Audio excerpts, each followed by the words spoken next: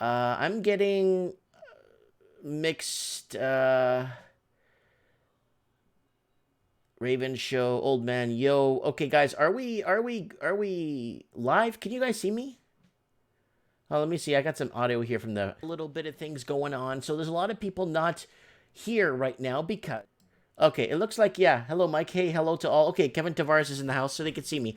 Yeah, I'm having a little bit of an issue here with this new like understanding how this system works. So just bear with me, guys, if you don't mind. Just kind of bear with me in this while I kind of polish this out. I'm always like I thought I got to a certain age in life where it's like okay, I don't have to learn anything anymore and kind of float through the rest of my life and just die in peace. There's always something that comes up you need to learn. You know what I'm saying? So we got Tig Nim in the house. Woo! Kevin Tavares. Yeah, you live? Yeah, I'm live, buddy. We're all here, man, tonight. Um, Looking forward to the Raven segment on the show, says Adrian GTA. That's from Grand Theft Auto. No, that's from the Greater Toronto Area, for those that don't know. What else? I don't know, man. There's lots going on. It looks like it's saying that I have some warning here. Please check video resolution. Please check with the video resolution. I don't know. It's still streaming. You guys can see me. It's fine. So I'm not too worried. We got boom bust bubble repeat says, guys, I'm here. I got mauled at the Walmart. Shelves empty, but screaming children were in plentiful supply. So yeah, you laugh. Okay, where's the music, Gemini King? I already played it, man. I already played it. I'll play it again at 9 o'clock. Gemini King will be back on 9 o'clock when we actually kick off the Mike and the Night show. So this is the pre-show, guys.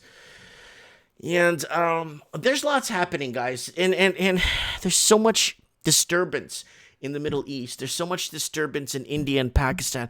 There's so much disturbance outside of the CV. We got the coronavirus happening. We got the COVID-19.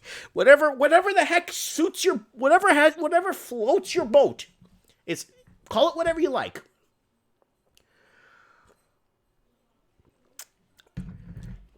Drink a little water here. I keep getting a warning here saying that my resolution is not good or something.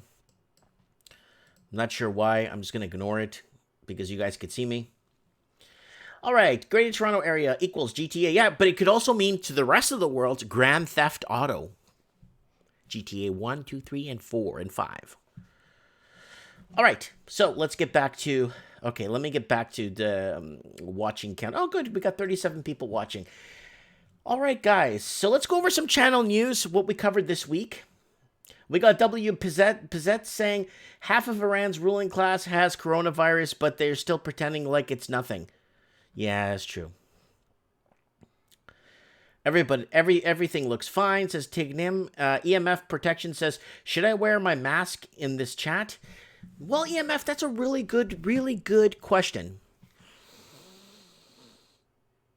No.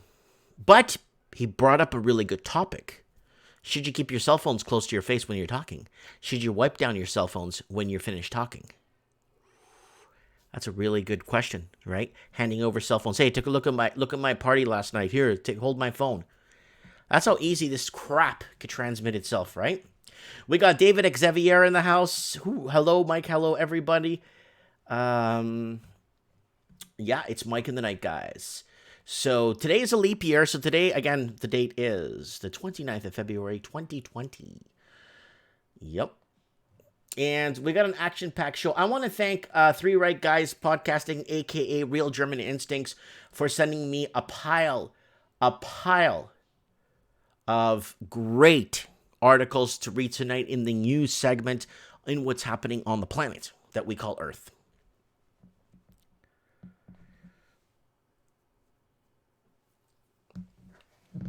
Okay, everyone's rolling in. It's good to see everyone tonight. It is Mike in the Night.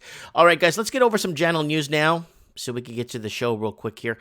Let's go over some channel news. Okay, guys, this is what's been happening here on the channel. Guys, now going forward, if you can, You could go here now to the channel and you could set a reminder for Mike in the Night or trends in the housing market. You could go here, click set reminder on the channel, and you don't have to miss a show anymore. So my channel is getting more upgraded, a little bit better over time. Things look a little bit cleaner, right? So here it is, guys. I put the coronavirus topic as the #1 topic until it fizzles away, or hopefully they could figure this out and I can move it down the list and eventually remove the playlist. But there's the COVID-19 segment here, discussions. All our live chats are on here. All our Mike and the Nights are on here with COVID stuff on here and COVID discussions. Most of it's here. And we got Mike and the Nights here. These are all COVID-19, all coronavirus stuff right here. This is all COVID stuff. YouTubers. Mike Martin's here. Oh. Hey. Okay. And then we got trends in the housing market. That we had a great show last week. We had over 140, almost 200 people watching, and I'm really, really appreciative of that. And also, I want to send out shout-outs to the Raven. We'll get him on the show later to thank him for the swag, the CN swag he sent me, and the microphone. Rants and lifestyle, guys. The best green ecosystem I think I've seen in a while. Australia versus New Zealand over deportation of criminals or people that commit crimes. Coronavirus outbreak. This is an old show. I don't know why it's showing up here. We got COVID spreading from the other day. Market crash freak out. Woo! The market's crashing. And then we got the market correction or market crash. A couple of channel flipping, couple of old videos I reposted, coronavirus spreading again, lots of stuff, privatization of water. There's Roger there. I don't know if you guys know Roger from American Dad. And then let's move over here. Liberals want to rescue strata fees. Australian interest-only mortgages to be stung. A lot of mortgages are coming to term, and people have to go on terms to actually pay down their mortgages instead of going interest only. That's going to be a thing to look for in 2020. And Auckland rental with no kitchen, $450 a week. And what $2.87 million gets you in Australia. Morning coffee with Mike, just talking about stuff and, you know, talking about a little CV. Guys, I added on the channel here if you want to go to Project Tabletop, guys. This is like 12 parts of the store I'm in where I converted the drug den. My store used to be an old drug den. It's over here in the photo. It used to be an old drug den where I moved into, and it was just full of all kinds of surprises. So if you want to see that, please go to that and check it out for yourselves. So sitting at 11,900 subscribers, I appreciate everyone that's been subscribing lately to the channel. And we are approaching 5 million views again. Here it is, 4.6 million views. Every time I get to the 5 million threshold, it cuts back to 4.1 million. And it's happened 3 times already where I was approaching 5 million views. Something happens on YouTube to a channel when it reaches 5 million views. I don't know if the videos become more streamlined or I don't know how it works with YouTube. But every time I reach close to 5 million views, it always goes back to 4.2. And I've made videos about this. You can look it up. I've made videos and show the screen. So I'm not sure what's happening with YouTube and why they're doing that. Other channel news, what else is going on? That's about it, guys. Don't forget, we got some new swag here in the shop. We got a really cool Mike in the Night tote bag. If you guys want to pick up one of these bags, it looks pretty cool. The chicks love this stuff. If you want to pick up a Mike in the Night pillow, they come in 3 different sizes. Really nice pillow. Look at that, man. Put that in your house. And we got Mike in the Night new beach towel that's out. It's actually not that expensive, and the quality apparently is really good. Look at this towel. Take it to the beach, show your friends. Like, you know this guy right here? They'll be like, no, who is that? Don't worry. I got cell phone covers for Apple, and we got Android cell phone covers. We got, of course, Raven swag. We got stuff. It's way up here, the Raven stuff. Raven, Lord Humongous, everybody's up here. Trends in the housing market. We got a lot of trends in the housing market fans in the house. So if you guys look, there's a nice trends in the housing market phone case. Really cute. Yeah, the chicks love this stuff. Look at this. If you guys want to pick that up, no big deal. Oh, man. We're picking up with views right on. Pre-show. Here's, guys, if you want to message me, I'm going to give you guys my Facebook. You guys can message me, show tips here. Guys, all show tips from going forward, all show tips need to be sent to my Facebook page. Send me show tips to the Facebook page. Any show tips. Oh my God, look what my neighbor's doing. Oh my God, look at this story. Holy crap, this is on the back page of the news. I got to send this thing to Mike. We got to get this out there. Go ahead and send it to me. Go ahead and send it to me on Facebook. I check all my messages. If I don't respond, I see it. If I don't respond, it's not because of anything. I just going through like 50 to 65 messages per day. Also follow me here on Instagram or whatever this thing is. Somebody asked me if I have Twitter. I said no. Twitter is like for really famous people, and you could shoot me a tip on PayPal if you guys want to. Twitter is more for like really famous people and stuff. And you gotta have a lot of followers for that. It's not even worth it. For me, it's not. I'm not really known, right? So a little underground community we have here. I'm happy with this right now. I don't. You know. If I wanted to get famous, there could have been other avenues I could have taken, like pouring gravy down my pants on a live stream would make me famous. Stuff like pouring gravy maybe down on my head, or maybe taking gravy and using it as like eardrops. I don't know. Gravy's good. Gravy is a good substance to help build your channel. So we got someone saying that they bought silver, precious metals. Let's get over to some discussion here in the comments. We got Sergio F stands for Fernandez. Sergio Fernandez, who is watching us from Cuba. Hola Mike, ¿qué tal? A mí me gusta ver tu transmisión. Estoy aquí en Cuba. Okay, so we got somebody in Cuba that's watching us. Thank you. Muchas gracias, hermano. I guess they use Translate, I guess what happens is people are messaging me from other countries. What they do is the transmission gets like delayed by like 2 minutes, and I think it translates as it goes. So people would catch up later in messaging me from other platforms, because I got 11 other platforms running on here and that's streaming this transmission. So what happens is people pick this up, and then like 2 minutes down the road, right? And then I think it auto-translates, right? So we got Jordan Retro in the house. Sean Murphy Journal, the Sean Murphy Journal in the house. We got David Xavier, of course, as usual. Dang 0088 in the house. Yeah, we're picking up some traction here on Mike in the Night. And we got all kinds happening. So let's go over, we went over the channel news and what's happening. Did a plug for the channel. And I want to thank people that actually went on and actually bought stuff from the mugs, whatever. You're going to buy a mug. Buy a Mike in the Night mug. Why not, you know?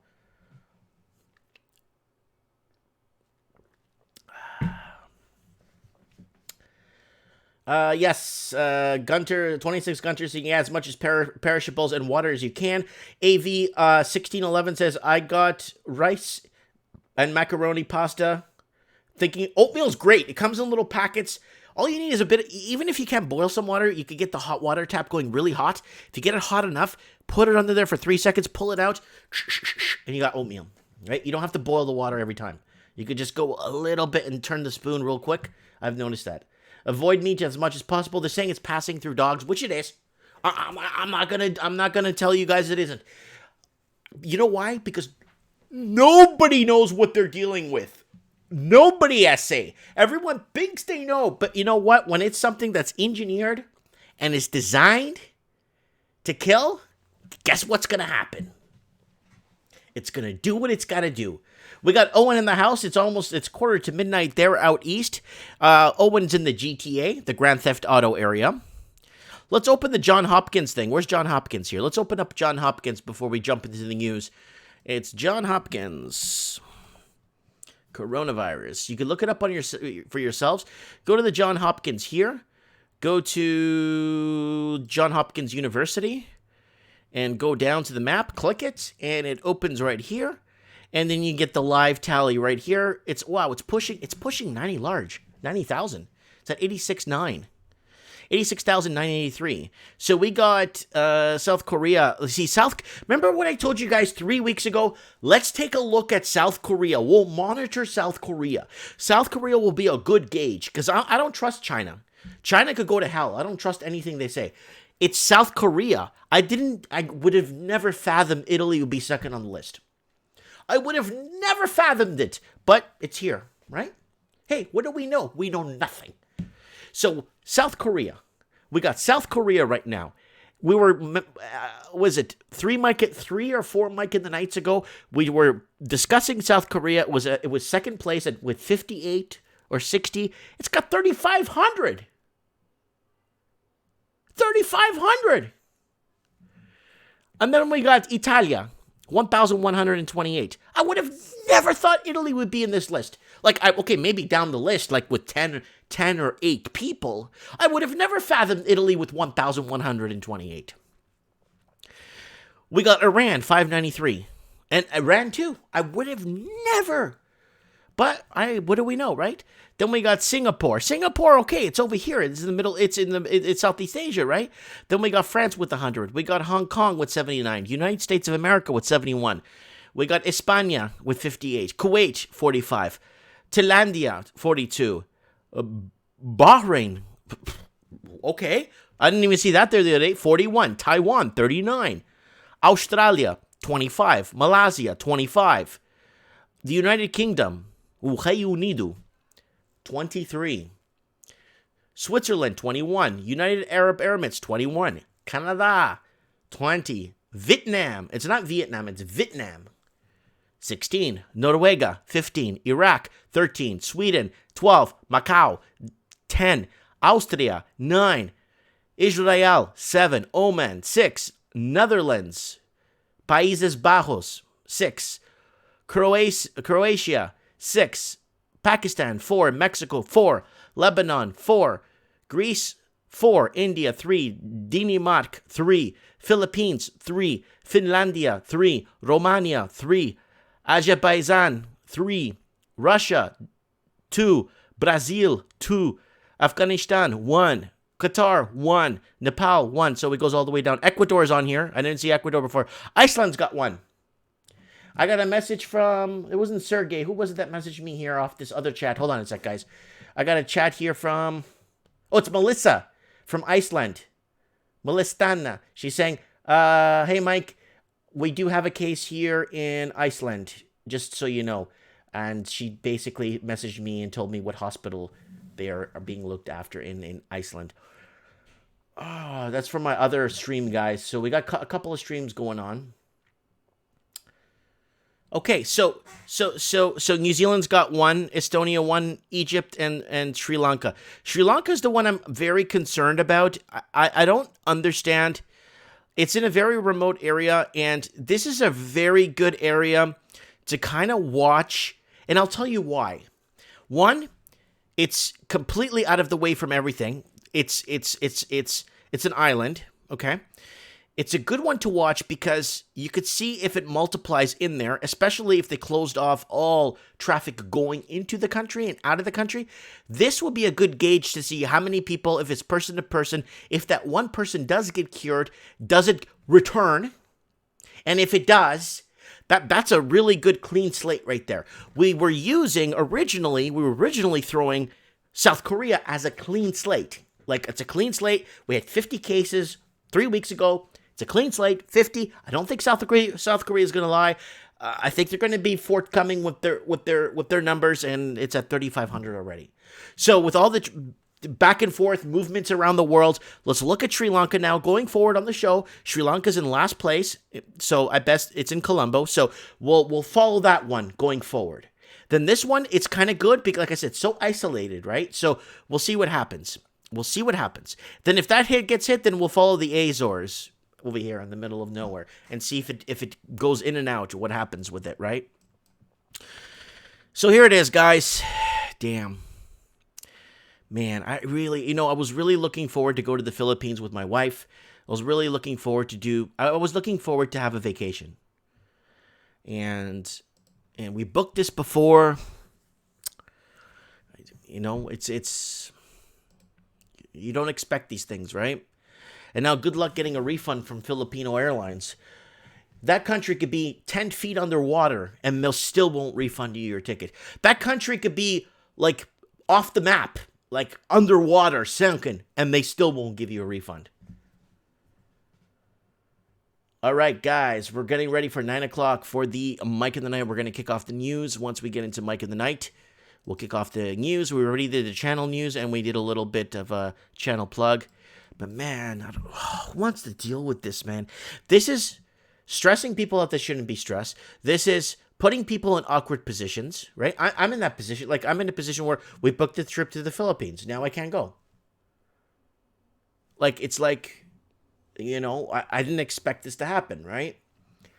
And it's stressing. It's really stressing. So these are existing cases in yellow here.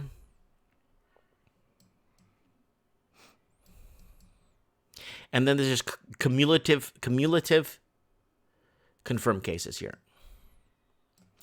In Australia, New Zealand's got one. Let's see if they're so one existing case.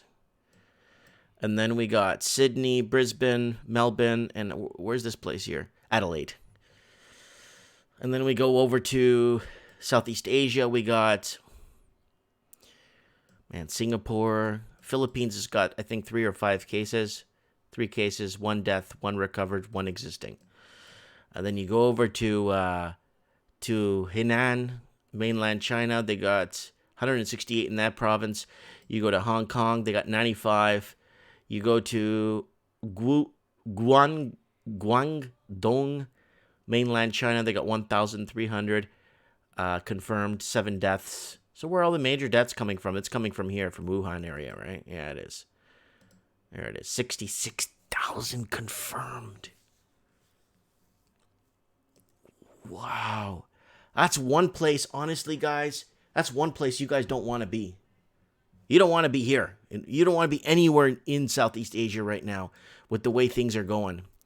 And you know what? I don't want to gloom and doom. There's no point. Gloom and dooming doesn't go anywhere. But constructive conversation, putting a plan in motion, protecting your family,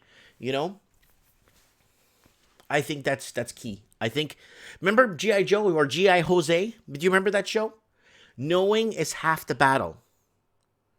And he's right.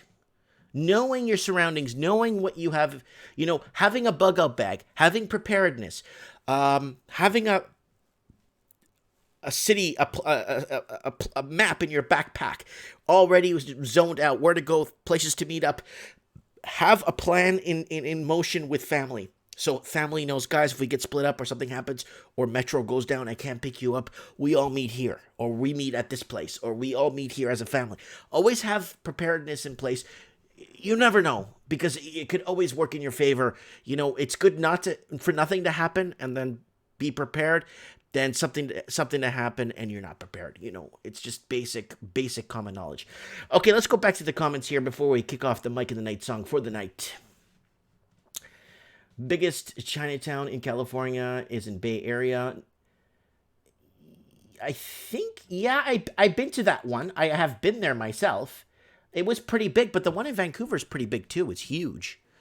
Well, you know what? Like a massive portion of Vancouver is Chinatown, because a majority of the people living in Vancouver are now predominantly Chinese, right? So it's like the city, the entire city is becoming more and more predominantly Chinese, right? So you could say that the city of Vancouver is a good percentage Chinatown, right? We got Divine Rose, Angel Bliss in the house. Great info. Thanks, Mike. Thanks for coming on, Divine Rose. We got Metal Gear Mark III. We got people sending me messages here. We got Bird718. Greetings and salutations. Whew. Ben North, in Australia, we had a lady on the Gold Coast who was working as a hairdresser while infected. Oh, yeah, you know what? There was a lady that flew in from, I think it was Shanghai. She flew into YVR, Vancouver Airport, sick, walking around for 2 hours sick, and then almost passed out, called a taxi, and went home. Don't worry about it. It's all good. Canada, we're arming people with flyers, which is really good. All right, we're almost on Mike in the Night territory, guys. It is almost 9 o'clock. People will be tuning in. Tuning in for Mike in the Night. 9 o'clock. We're almost ready to go. Okay, we got the Raven. He's got a picture of his face on there now. What happened to the gold? What happened to gold? Raven says, for every person who preps, 10,000 won't. So he believes it's 1 in 10,000 people. We're going to get the Walking Journey on the show later because he believes that the coronavirus is fake and it doesn't exist. Like, it's just like the flu. So I want to hear from him, and I want his perspective because he's very knowledgeable of his surroundings. He's in Texas. He kind of sees the whole thing, lived in California, understands. You know what I'm saying? All right, guys, we're kicking it off. Mike in the Night.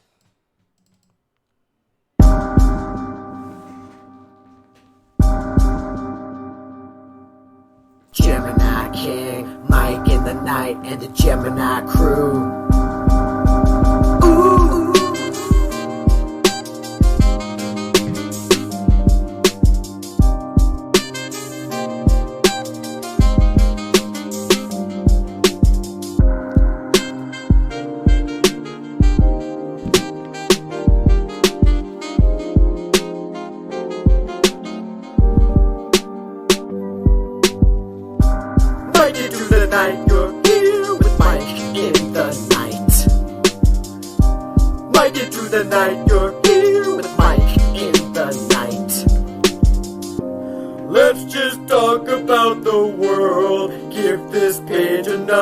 Turn, 'cause you're here with us tonight. Everything's alright when you're here with Mike in the night. Mike it through the night, you're here with Mike in the night. Giving the world light when you're here with Mike in the night. Mike it through the night, you're here with Mike in the night. Sometimes things are just absurd, so let's just talk about the world. 'Cause you're here with us tonight. Mike it through the night, you're here with Mike in the night. Mike it through the night, you're here with Mike in the night. Let's just talk about the world. Give this page another curl, 'cause you're here with us tonight. I bid you all good morning, good evening, good night, wherever you may be watching this transmission. You are tuned in to Mike in the Night. Today is February 29th, 2020. Welcome if you're watching us from your cabin in the woods. If you're watching us from your home or your space in the sky that you call a condo, or you're watching us from your cottage or on a train or a plane, or you're watching this on replay, welcome to Mike in the Night. Recline that chair, open up some sparkling water, crack open a window if the weather's decent, let in a breeze, relax and enjoy. Let's talk Mike in the Night. I want to welcome everyone in the pre-show that showed up for the pre-show. I do a pre-show from time to time. I don't do it all the time. But I felt like coming and doing a pre-show tonight. I just felt like I needed to get some... just to start the show a bit early. We talked some channel news and discussing, reading comments, having a good time with each other in the comment section. So guys, here it is, guys. This is Mike in the Night. First rule of Mike in the Night, you don't talk about Mike in the Night. Second rule of Mike in the Night, you don't talk about Mike in the Night. Third rule. What would the third rule be? Please comment. If you're here, don't be silent because no one will hear you. And rule number 4 of Mike in the Night. If it's your first time watching the show, you gotta call in. Add me on Skype, Mike Martins, 1980. Okay, guys, the comments are flying. I'm getting messages in Russian from other platforms that we are streaming on in Russia. We are streaming on, I don't know where this is. It looks like it's Arabic. And we got 22 platforms we're streaming across, and we're being restreamed right now. We are being restreamed from a good friend of mine who's been actually restreaming the show in New Zealand. So he takes his YouTube channel and just restreams Mike in the Night on his channel while I'm live, so it continues through his other people watching, and I appreciate that very much.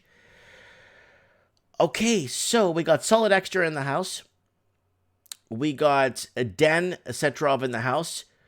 We got Lord Humongous, of course. Lord Humongous, I love him very much.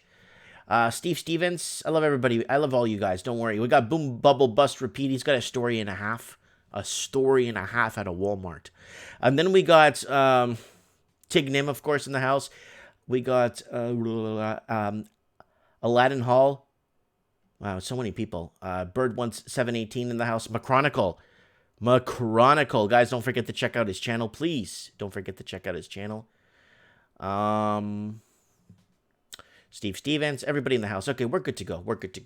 All right. So could this be something or could this be nothing? Could this just be another...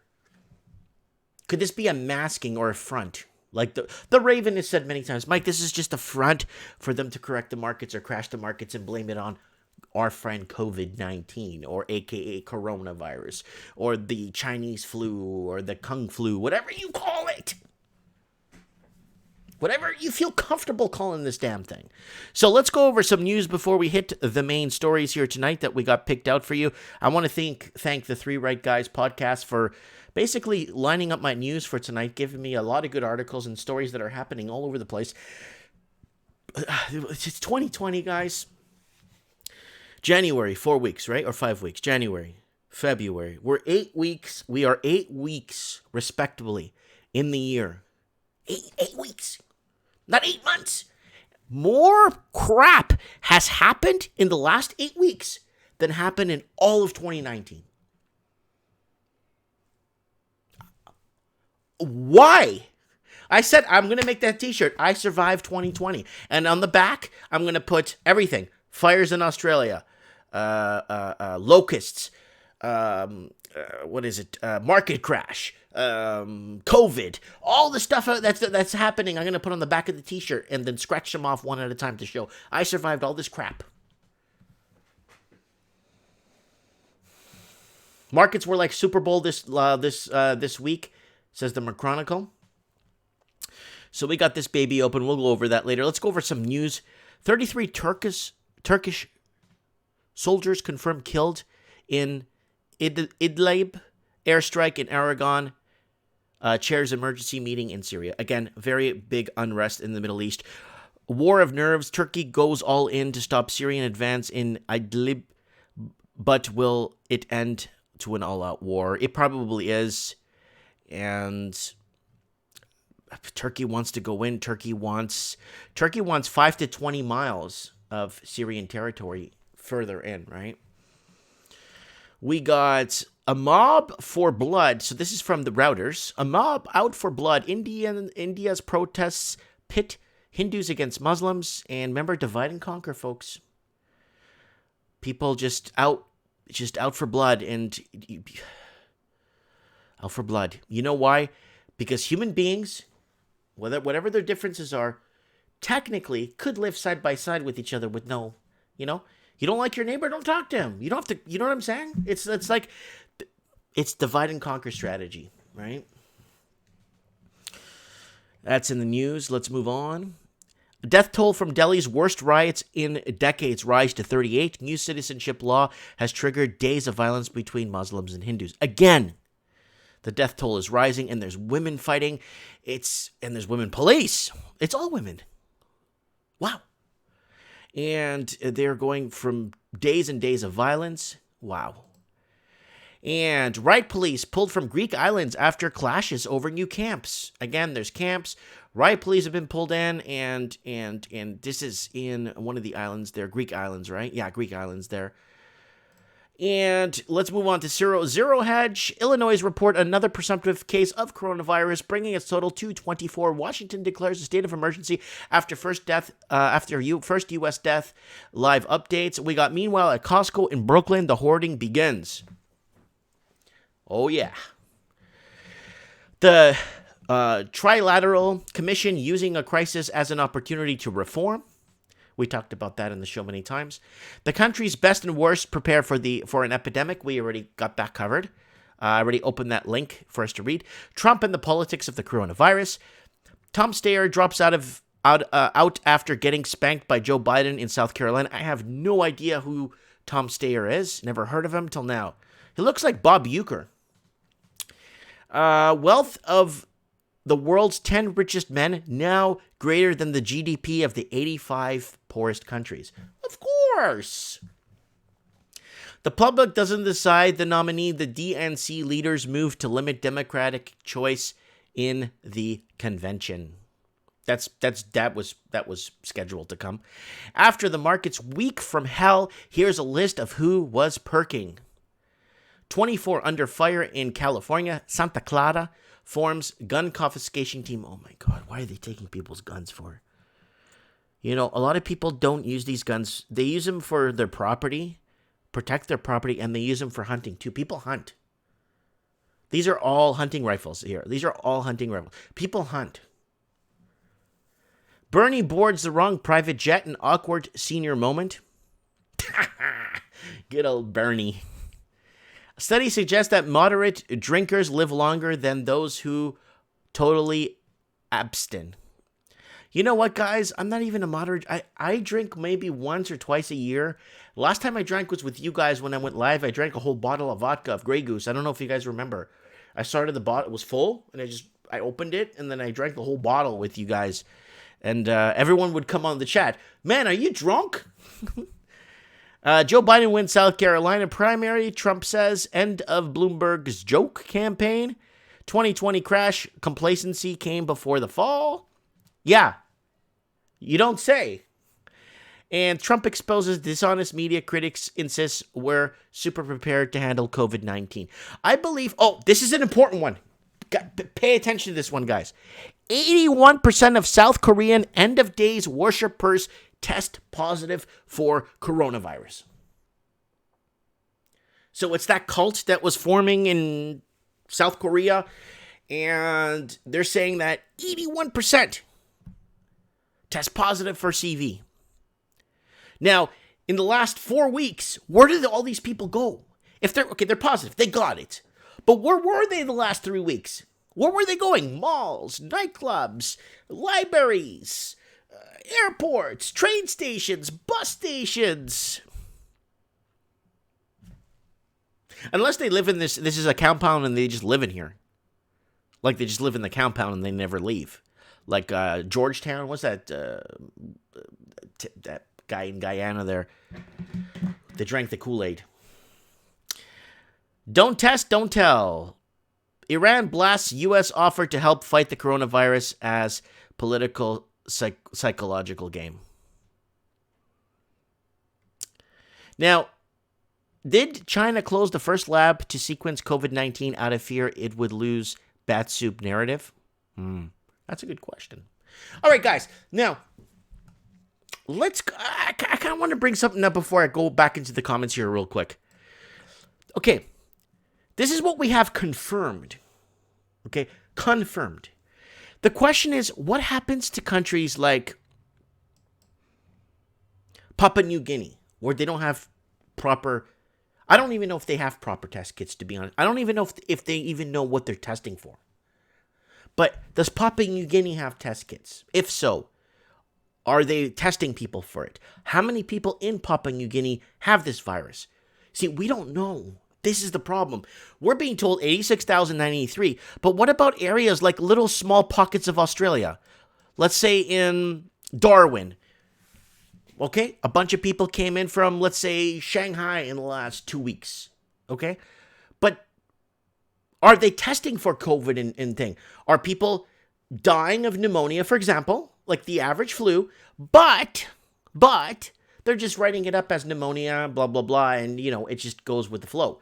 But they're not being recorded as something that is totally different under the COVID law, right? So how many, like, a good one I would like to ask India.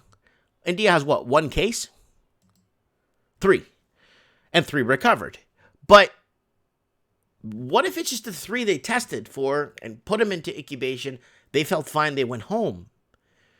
But those 3 people, what if they just went on a bus with somebody or jumped a train or did their laundry next to somebody? Like, I mean, did they inform themselves? Did they inform them, hey, did you sleep with someone in the last 3 weeks? Did you go to a restaurant? Where did you go the last? Let's track down your moves for the last 3 weeks. You know what I'm saying? So yeah, Solid X, you're saying like the whole country is a lawless jungle. Like it's not that it's lawless. It's I don't think it's not that they don't want to test people for this. I don't even think the countries that are testing people for this know exactly what they're looking for. I understand what they're trying to accomplish. We don't have a proper model. I think we do. We don't. They always tell us, something in favor of it, where we start to think things might get better.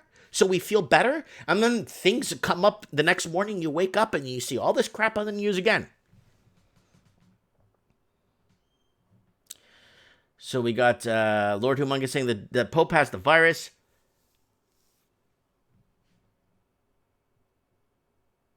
Yeah, like how many people in Canada have it, respectively?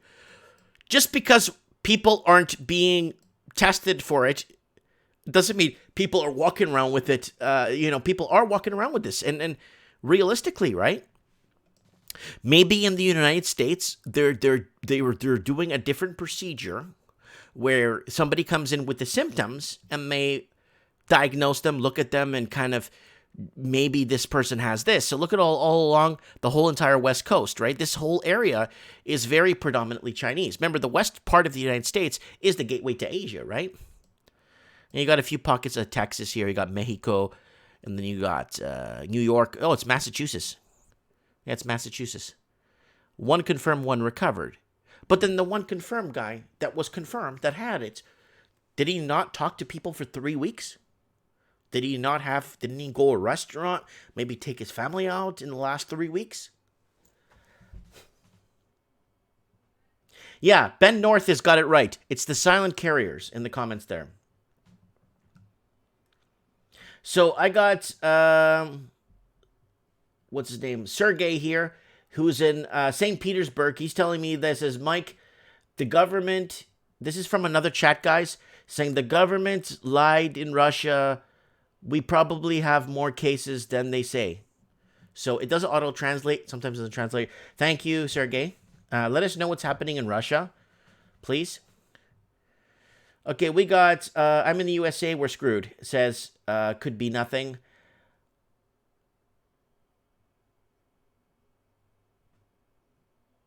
Yeah, I know in Iran, they've closed schools. Japan, they've closed schools till April. Like, it's spreading all over Europe now. This wasn't like this 2 weeks ago. Why? Because they're starting to find people that are having it. But what about the silent carriers? Right? That's what's concerning me the most. And then we got the Raven saying, who needs an impeachment when the impeachment trial, when everyone is so hypnotized over the virus numbers? So, yeah, okay, so I want to get our first guest. We did it in news. We got some CV cases up here.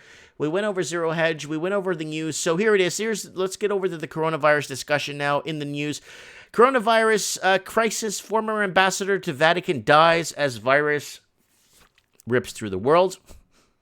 Iran's vice president has been diagnosed with the coronavirus, state media reports, as the number of cases of the deadly disease continues to surge. And coronavirus cure, existing drugs could eradicate the coronavirus. Coronavirus workers who throw sickie to take day off will be caught. Ooh. So coronavirus workers who take a sick day, wow, they get in trouble, penalized. You can't pretend to be sick when you're not. So there he is there. Let's go over the common symptoms. Fever, 2 to 7 days, develop a dry cough. Mild breathing, difficulties at the outset. Gastrointestinal issues. Diarrhea. General body aches. So guys, I was sick. We missed a mic in the night. In last week of December, first week of January, I had everything that they're saying here. I was sick like a dog.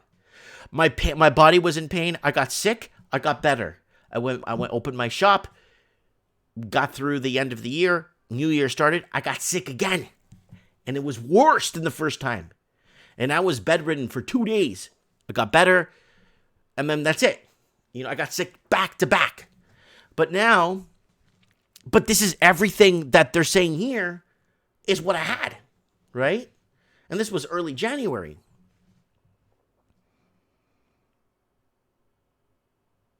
So, severe symptoms, high fever over 100 Fahrenheit, pneumonia, kidney failure, and death. Yeah, well, you're dead. All right, let's move on. Meanwhile, at Costco in Brooklyn, the hoarding begins.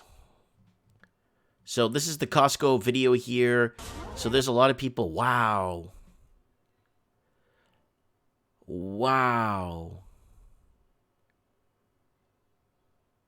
Wow. Wow, that's intense. Everyone's ready to go in Costco. Costco in Brooklyn, 8:58 this morning, opens at 9, as if the damn apocalypse was upon us this afternoon. Look at this, guys. And for people watching this, listening to this on audio, the I-10 Truckers Association that listens to us, I'll let you guys know what it's. It's just a Costco, and there's a bunch of people standing on the outside. And panic buying at Costco. So it'll be just a bunch of people panic buying. The weather looks pretty good there, eh? It looks like summer, though. This is not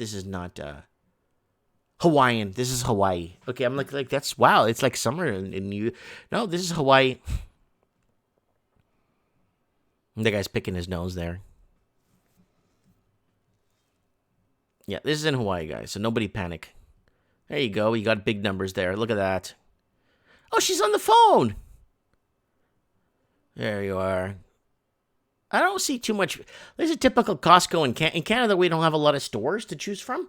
So our Costcos are always busy like this in Canada. Like we always get a lot of people at Costco's. Like in the States, you have more choice when it comes to like big box stores. In Canada, it's usually the Costco's are overflowing usually like this all the time. So, oh look, the guy's buying underwear. Oh no, that's toilet paper. Wow, lots of toilet paper. More toilet paper. Oh, lady there's got like 12 boxes of toilet paper. I guess it's for good luck. It's good to have it in the house, I guess. Brings luck. Okay, let's go over Illinois' report. Another presumptive case of coronavirus, bringing the U.S. total to 24. Washington declares a state of emergency after the first U.S. death. Live updates. So here it is. There's a summary of what's been happening. CDC says no national spread of the coronavirus in the U.S. Cook County reports presumptive coronavirus case. South Korea reopens another 376 cases. Another Chinese doctor dies in Wuhan. China reports 573 new cases. U.S. reports the first death from COVID-19 in Washington state. I met somebody from Washington today. They came all the way to see me at the store. They drove all the way from Olympia, Washington, to see me. They spent maybe 40 minutes, an hour with me at the store, and they were on their way because they had to run some other things. But they came to visit me, right? That was nice. China reports 573 new cases. U.S. Washington, we got that. Washington declares a state of emergency. U.S. Surgeon General says stop buying masks. Trump blasts media. Dems for hoax gate. South Korea's Sin Chi church members found 1,557 out of 1,900 tested positive for the virus. So, guys, this is that church that we spoke about, which we'll get to in the show. Then we got Germany boosts border controls. Italy's top 1,000 cases, 1,128, with 29 possible viruses linked deaths. France bans large gatherings. And then you guys got that. So we got our own Raven in the house in the comment section who wrote this earlier for the quote the Raven. So if you guys want to follow the Raven on Twitter, here he is. The Raven that comes in our show, there he is. Quoth the Raven, Chicago, Cook County State. Health officials confirm coronavirus case. Coronavirus case. Lots to read here. Oh, isn't this the doctor? 55th doctor. This is not good. And this is the people that we've tested for and think that no. What about people sick at home? It's just the flu. I'm going to go sleep it off. How many people, you know what I'm saying? 26 Gunter says they are a death cult. They definitely a death cult. I know. They're like end of... Isn't it like that religion where they believe that the earth was going to end like 13 times in a row and they were wrong on their dates? You know what I'm talking about, guys? That church, was it Jehovah's Witness? Where they believed the earth was going to end in 1918 and then it was going to end in 1936 and 1959. Yeah, those guys. And I think they changed their whole prediction thing because that wasn't working out well. All right, the countries best and worst are prepared for the epidemic. Okay, here we go. Let's see who's the best. Best prepared. Number 1, the United States of America. Number 2, the United Kingdom. Number 3, Netherlands. Hold on. I think it opens up to more. Here we go. There's an entire... and does it go through all of them, or...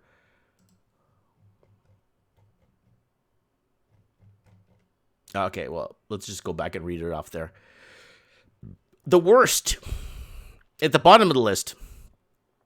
So you got China number 51, which is one of the biggest ones. So they're not at the bottom, but you don't want to be the 51 worst or 51, like... best prepared. You want to be in the top 15. You know what I'm saying? I don't even see Canada here. Okay, and then 193rd, you got North Korea. Oh, that country. I keep forgetting those people exist out there because they're so isolated, right? Then you got Somalia in 194th, and then 195th, you have Equatorial Guinea. 100 equal greater level of preparation index benchmark health security on factors critical to fighting disease outbreaks, source 2019 Global Health Security Index. Okay. Interesting. All right, let's move on. Sorry, we're going backwards here. So if you're in those countries, you should be okay. Trump and the politics of coronavirus. So Trump went on today saying it's more people die of the flu. The only problem with this, I know more people statistically with the numbers we have died of the flu. But the problem is with this, your chances, I've gotten the flu, okay, I'm 41. Man, I'm old. I think I've had the virus, I think I've had the flu, I would say respectably 60 times in my lifetime, the flu. And I've had it once this year already, badly, and once at the end of the year, last year, and once and twice in the winter of like January, February. So I've had it 3 times last year and once this year. The odds of getting the coronavirus that many times and surviving it, I honestly think wholeheartedly that it's just not in the numbers. Your chances of beating it once is good. Beating it twice gets a little murky. Beating it thrice, I think it gets worse, right? It puts a toll on your heart, right?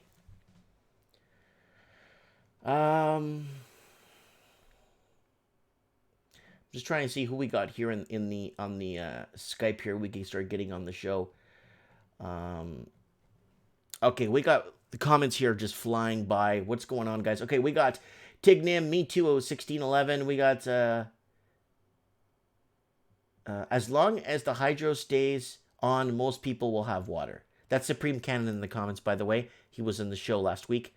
Yeah, we'd have, I think we'd be okay. For me, I have a thing to catch water outside in my backyard.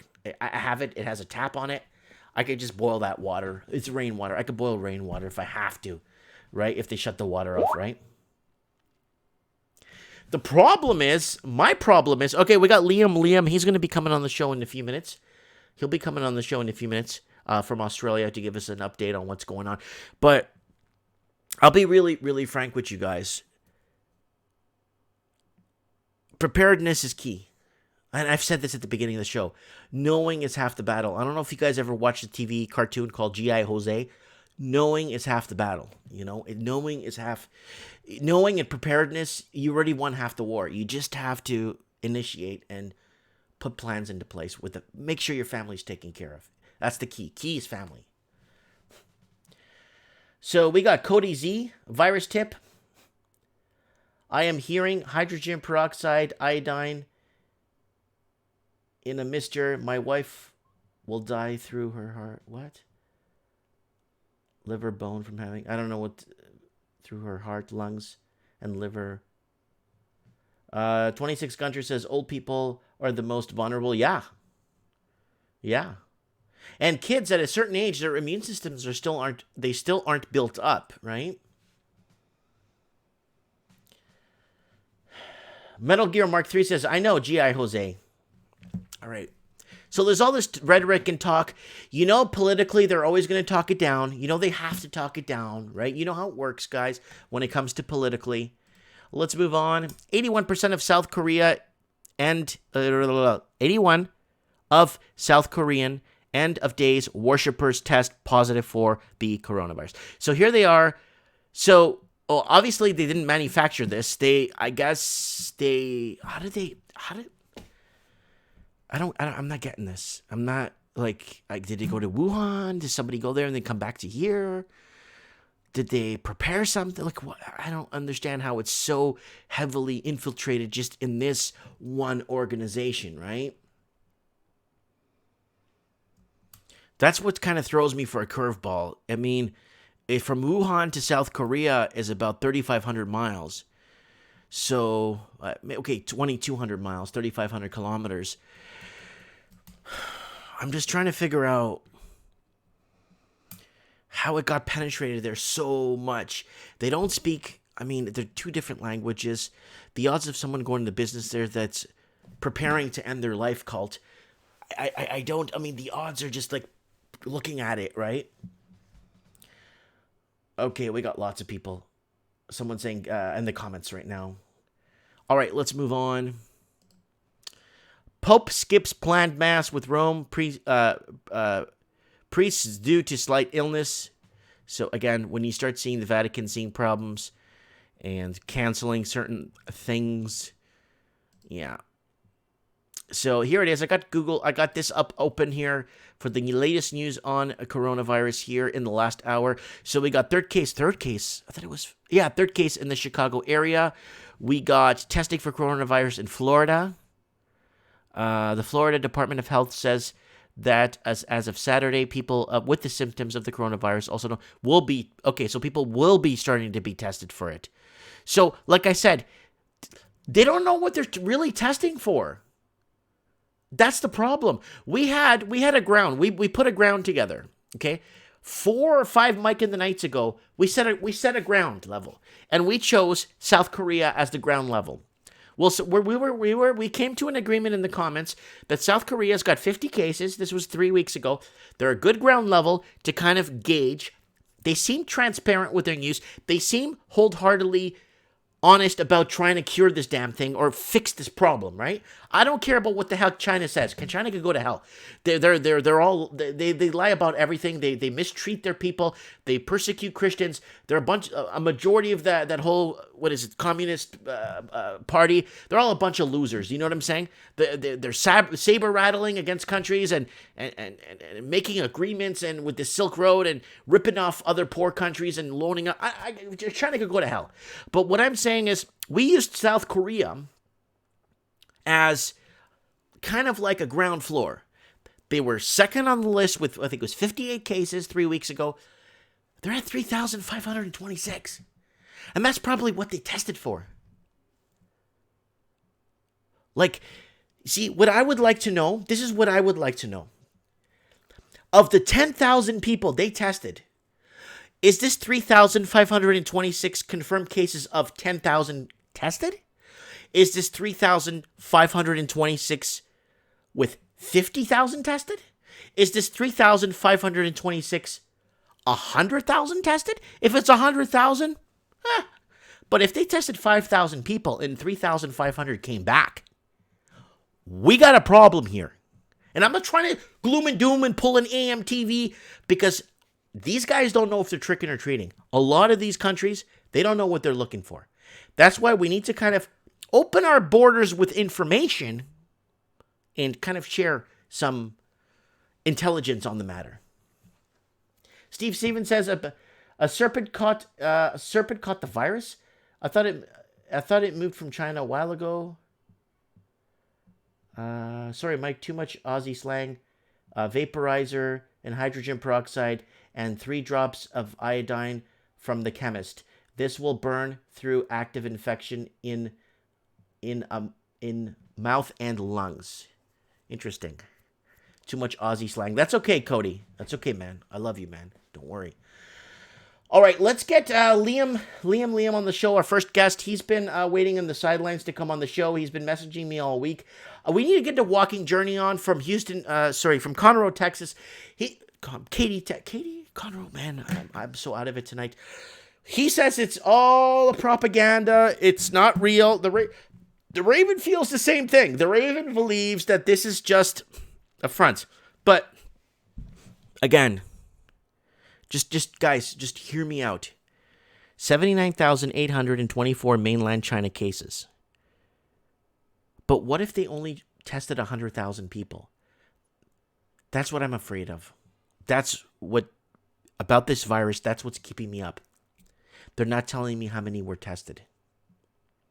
They're not telling us. Right? Okay, I'll give you an example. What if France, 100 cases. Okay? What if they only tested 100 people? All right. No more further questions. All right, let's get Liam on the show. He's been waiting on the sidelines in Australia. Hello. Liam, how are you, my brother? Okay, how are you? I'm doing good. Did I catch you at a bad time? No, it's okay. Good. Okay, buddy, what do you got for us, man? I know you've been studying, following this, and kind of trying to put your finger on the pulse on what's going on here. Yeah, so as you know, I'm actually in Asia, Southeast Asia, and I've been on a few airplanes this past week. So I wanted to give you some insight of actually traveling throughout Southeast Asia and my experiences. Okay, go ahead. So I went from one particular country that I don't wish to name, and I left that country and went to Malaysia. So starting at the first country, they did not ask any questions, did not have thermal scanning cameras, did not have any sanitizer, didn't ask anything, just let you get out of the country, which kind of makes sense because they want you to freely get out of the country, right? They don't want to stop you from leaving if you have something. The airline was Air Asia. Okay, so basically they're getting people out. They don't care. They just get the hell out of our country. Yeah. From what I noticed is that there's no restrictions to get out. They're not checking anything. There's no cameras like, the thermal imaging cameras to check your heat, the temperature. There's nothing. There's no questions. There's no leaflets. There's no such things. Wait. They're not pulling a Canada and arming people with flyers? No, not to leave the country anyway. Maybe to enter, but not to leave. Okay. So the airline was Air Asia, and I noticed on both flights leaving the country and then returning to another country that it seems the staff are not allowed to wear masks. Okay. Everyone in the airplane had a mask on, like 95%. Did you wear a mask? Yes, I wear a mask myself. Okay. So everyone is basically got masks on, trying to protect themselves. But all of the staff do not have masks. I don't know if it's a company policy to not scare people, or I don't know. Maybe it doesn't look it's not a good image for AirAsia. But I kind of thought that, I don't know if it's a good idea or not, but they're touching customers all day. They're on airplanes. I don't know if it's true, if the air that circulates, is it recirculating the same air, or is it getting new air? I'm not too sure about the exact. Well, you're in a compressed canister, right? And yeah. The air is circulating. It's being filtered through cabin filters, right? Some planes have anywhere from 11 to 26 cabin filters, depending on its design. and Mm-hmm. they usually work well. But the problem is if they're not serviced, I think it's every 1 to 3 years if they're not serviced properly. Like I think it was Air India or one of them. They never serviced their air purifier filter thingies on the plane for like 17 or 16 years. There was one company that was called out on it, right? But yeah. So to continue, so I arrived into Malaysia. Um, I took the exact same trip 4 months previously, and to get through immigration 4 months previously took about 1 hour. This week it took literally 4 minutes. There's no people. There's no tourists. It's pretty much empty. So arriving into Malaysia, the only thing they had was the standard thermal imaging temperature camera that you would normally find in Asian airports anyway, because of the historic SARS outbreaks and things. Mm-hmm. But on the desk, the ladies were pretty much not looking at the camera, just sitting around playing on their phones. So it wasn't doing anything. They're hard work. Yeah. So so literally 2 minutes, 3 minutes to get through immigration. No questions at immigration, like where have you been, where have you come from, anything. Straight through, no problems. Okay. No leaflets, no nothing. Can I ask you? Let me ask you just one question, Mm-hmm. and it's one that creates a lot of arguments in the discussion. It creates a lot of arguments between people and coworkers. Now you're in Southeast Asia. Is this thing for real or is it a hoax? As far as I'm concerned, it's pretty real. Okay. But what I'm more concerned about is what are the governments going to do with this crisis? Are they going to use it to their advantage?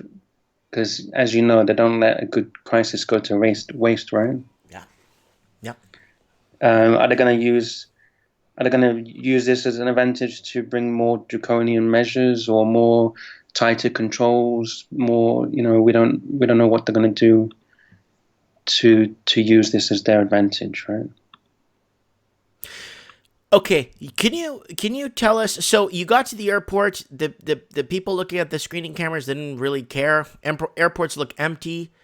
That airport specifically in Malaysia and those places, they should. That was Kuala Lumpur Airport. It's capital city of Malaysia. That's a huge stopover destination. Yeah, That place huge, should be. huge, Yeah, that huge. place should be flying with people, like literally. Yeah, that's why I said 4 months previously it was heaving for 1 hour stuck at immigration waiting in lines. This time it was literally 2 minutes. There was like 4 people in front of me, 3 people in front of me. So the point is that no one's going on holiday, right? People are not traveling as much. So in Malaysia, I asked hotels where I was staying. I said, how's business? And the hotel was pretty much 70% empty. This is a 4-star hotel, and the price for 3 nights in a 4-star hotel that was just right outside like a big train station, perfect for transport. Do you want Canadian dollars or US dollars? American dollars is fine. Okay. I'll just convert that for you. So 3 nights in a 4-star hotel was $73. That's $100 Canadian. Okay. Total, yeah. Because it's empty. It's empty. And the staff says, it's really bad. So I spoke to other stores. I've spoken to Swiss watchmakers like Rolex, Patek Philippe, Cartier, the luxury brands, because it's very well known that Chinese love to go to those kind of brands. Mm-hmm. And they all said, we're down 60%. It's really bad. That hurts. Well, it's not just because you get the watchmaker, right? Then you got you got the parts that they order on a weekly basis. Then you got the guys that make the parts. Then you got the guys that fabricate. Then you know what I'm saying, right?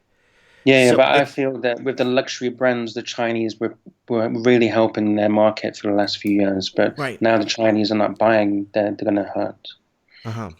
Okay, so now any other insights on? You brought up on Mike in the Night. It was 3 weeks ago. You brought up a really good discussion piece about the whole how people are getting reinfected and dying of a heart attack or getting heart issues. Remember that?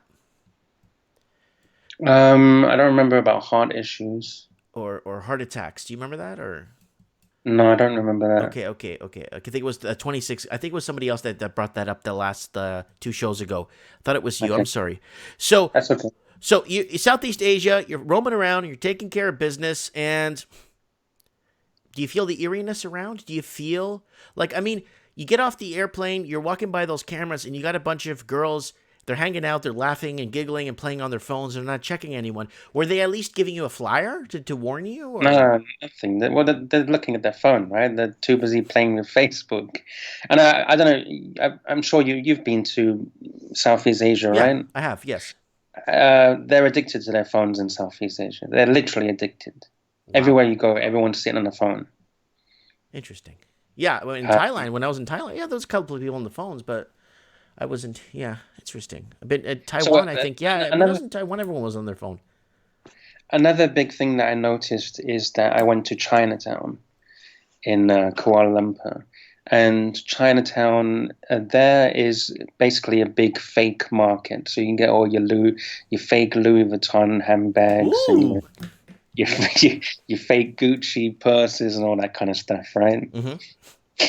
So something that's kind of shocked me is that all of the staff there, so it's Chinese owners, but the actual staff doing the sales is local Malaysians because they've told me that the Chinese don't speak so good English, whereas the local Malaysians have very good English skills. Right.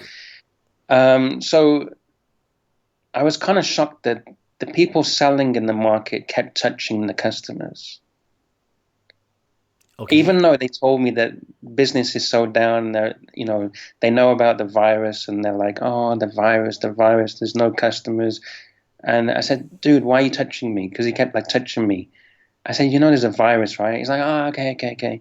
But it wasn't just one person. Literally every shop, because it's normal for them. They touch you, makes you, it has a connection or something, right? When they're trying to sell you something. Mm-hmm. They want to touch your shoulder, touch your hand, shake your hand.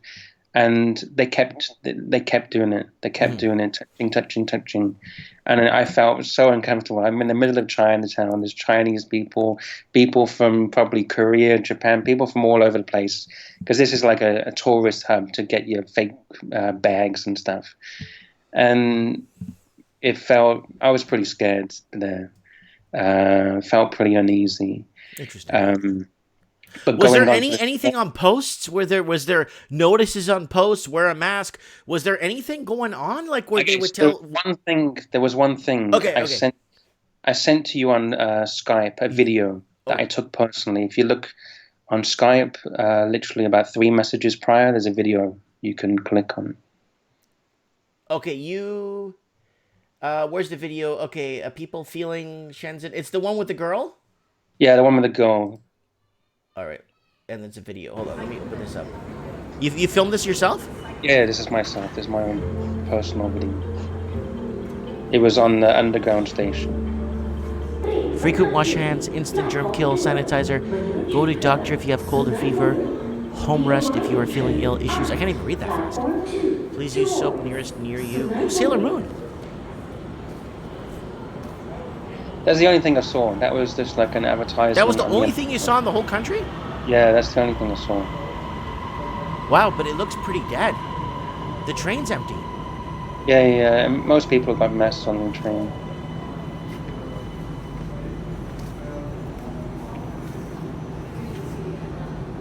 Oh, man.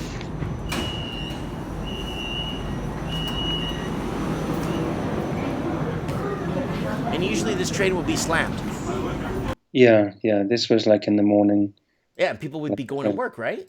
Yeah. Interesting. That is very interesting. Thanks for sharing that. Yeah. Guys, you could always send me show tips to my Facebook, guys, if you want to send me a video or something that you don't want kind of to be tied to or something. You could always do that. So, okay, anything else? So for me, this has been going on for quite a while now. For me, I've gone past like the whole freaking out and the whole feeling scared or anything like that. It's like you said, it's about preparing now, right? We don't know what's going to happen. We don't know if it's going to be good, bad, ugly. We don't know. So I'm not here to scare people. I'm just telling you my story, what I've seen on the ground. And at the end of the day, whatever happens, happens. But I'm just going to make sure I've got my supplies, a bit of extra food. I've told family in the UK to make sure they got, a month worth of extra food. And that's all we can pretty much do, right? So it's not about scaring people. It's just being prepared. And if nothing happens, nothing happens, right? At least we've got. I got one question. Let me ask you something here. I need to ask your input on this. Mhm. Remember earlier, maybe 20 minutes, maybe 10 minutes before you came on the show, I was saying, okay, we got 100 people tested positive in France, right? Mhm. What if they only tested 125 people and they got 100? They're not telling us how many people were tested for it. They're just Yeah, telling but us, this is the that's thing. what I'm afraid of. I noticed that the UK is actually giving that number from the UK. They are? I haven't got it to hand, but I have noticed in the UK they're telling you exactly how many are tested and how many was confirmed. But I haven't seen numbers for Korea, but I haven't specifically looked into that. I got 0 deaths from the UK and 8 recovered. Yeah, but if you look on the Guardian, I think it was on the Guardian or maybe it was a government website. I will Okay. have to search it for you, but they do give that information Because that's good to from, know. from the UK. Because Italy, I would have never fathomed, remember 3 weeks ago show we did a show 3 weeks ago? I Yeah. would have never fathomed Italy would be in third spot. And 3 weeks ago when we did our show, South Korea only had 50, was it 55? Right? Yeah. Yeah. This is more than doubling, quadrupling. This is a huge deal. What I saw about the UK, I think I need to find the exact number. I think it was about 10,000 tested. Oh, they have Uh, that many test kits? yeah, yeah. See, I don't know if they're using test kits or they're using their own formulations to test. Oh, formulations Um, don't. Formulations are all Mickey Mouse sometimes, man. yeah. So again, I can't give a guarantee that was the number, but I think it was around 10,000 tested. Mm-hmm. Mm-hmm. Because the UK is winter, right? So people are going to be with flu symptoms thinking it's the virus when it isn't. Ah, I got it. I got it. That makes perfect sense too. That So makes that's perfect. probably why it's 10,000 because everyone's like, oh, I got a flu, I got a cold. Okay, let's go to hospital and check. Or let's phone this number that the government's told me to Oh, call. you'd be worse off if you don't have, or you just have the regular flu and you go into a hospital. That's the last place you want to be, right? Yeah, yeah. But this is the thing is you got to take the whole thing into perspective at the moment in the Western world. The chances of you getting this is pretty small at the moment. At the moment, from the Mm-hmm. numbers, right? The Mm-hmm. confirm if you believe the real numbers. Mm-hmm. So at the moment, it's like, okay, yeah, make sure you're prepared, make sure you do your due diligence, but I don't know what's going to happen in the next month or Well, two. every week it keeps layering. Yeah, well, look at Italy, right? Italy wasn't even on the map, and now I look at would it. have never fathomed that Italy would be even in the top 25. Yeah, and I Iran. would never fathom that. Okay. Remember, I don't know if you remember, we used South Korea as a ground floor 3 weeks ago because it had 55 cases. We're going to use South Korea. They're more transparent. China can go to hell. I don't care what China says because they're lying. They're betraying their own people. You know what I'm talking about, right? Yeah, yeah, yeah, yeah. But I'm talking about the Communist Party. I'm not talking about the people, right? I'm talking about the Yeah, we're not talking communist about people, we're talking about saber government. rattling, right? Okay, Yeah. so we got South Korea from 55 a few weeks ago at 3,500. It's like, But another thing is Japan was booming, but Japan is only at 241 now. Japan hasn't moved too much. right, right. Do you think this cult has something to do with it? Who knows? Who This knows? And South same with Korean things. cult? Yeah, I don't know. Who knows, right? We really don't know. Hmm. Another thing, a quick point is that when I was on the airplane leaving Malaysia, again on AirAsia flight, I briefly spoke to a guy as we was getting off the airplane, and he was from Mongolia, but he's been working in China. He's stuck in limbo. He can't go back to China, and I think the border on Mongolia is shut as well. And he's stuck in Southeast Asia. Stranded. Yeah. Oh, I that. didn't get into too much detail with him, but he was basically saying, look, I work in China. I can't go back to China. and I can't go back to Mongolia where I'm from, and I'm stuck in Southeast Asia. That's why I'm on this airplane from, leaving Malaysia, going to another country. Wow. It's just going from country. I got a message from somebody. Hold on. I got messages coming in from the other chats here that we're streaming on different platforms here. I got Sergey from Russia saying that they're looking at closing schools in St. Petersburg. If they don't have he's saying here if Italy doesn't get this under control. And I got Melissa from Iceland saying they have one case and they're watching this one case very carefully. And then we got Juan Rodriguez, who's watching us in Puerto Rico, who's saying things don't look the same. Nightclubs are empty. People are not going out as much, and the restaurants are empty. And that's in Puerto Rico, San Juan. Well, there's a message in the chat on YouTube at the moment. Oh. This is a kind of controversial subject, so I'll keep it brief. But ATA or ATA, the username is asking about massages, because Southeast Asia, there's massage shops everywhere, right? Mm-hmm. They're declining Chinese customers. Mm-hmm. Interesting. So, okay. All right. Okay. But yeah, pretty much that's it. The business is down. Everywhere's telling me business is down 50, 60, 70%. They're not really doing much controlling. Yeah, it's see what happens. Okay. Well, Liam, thanks for keeping us keeping the finger on the pulse there. Keep your eyes and ears open in Southeast Asia where you're at. Keep that video rolling. Don't worry about it. Keep rolling video. I'll put it up. I'll be responsible for it, okay? All right, no problem. And great show, and keep up the good work. Thanks, brother. God bless. Thank you. Bye. All right, that's our man, Liam. Calling in, traveling around Southeast Asia. Three Gaming's podcasts, Three Right Guys Gaming's podcast just donated $1,000 through via Super Chat. Thanks so much, brother. I want to thank Buddy, who's restreaming our show down in New Zealand also. And I want to thank, who is this here? Antonio, who's watching us just out of Temple, Texas. Watching us live.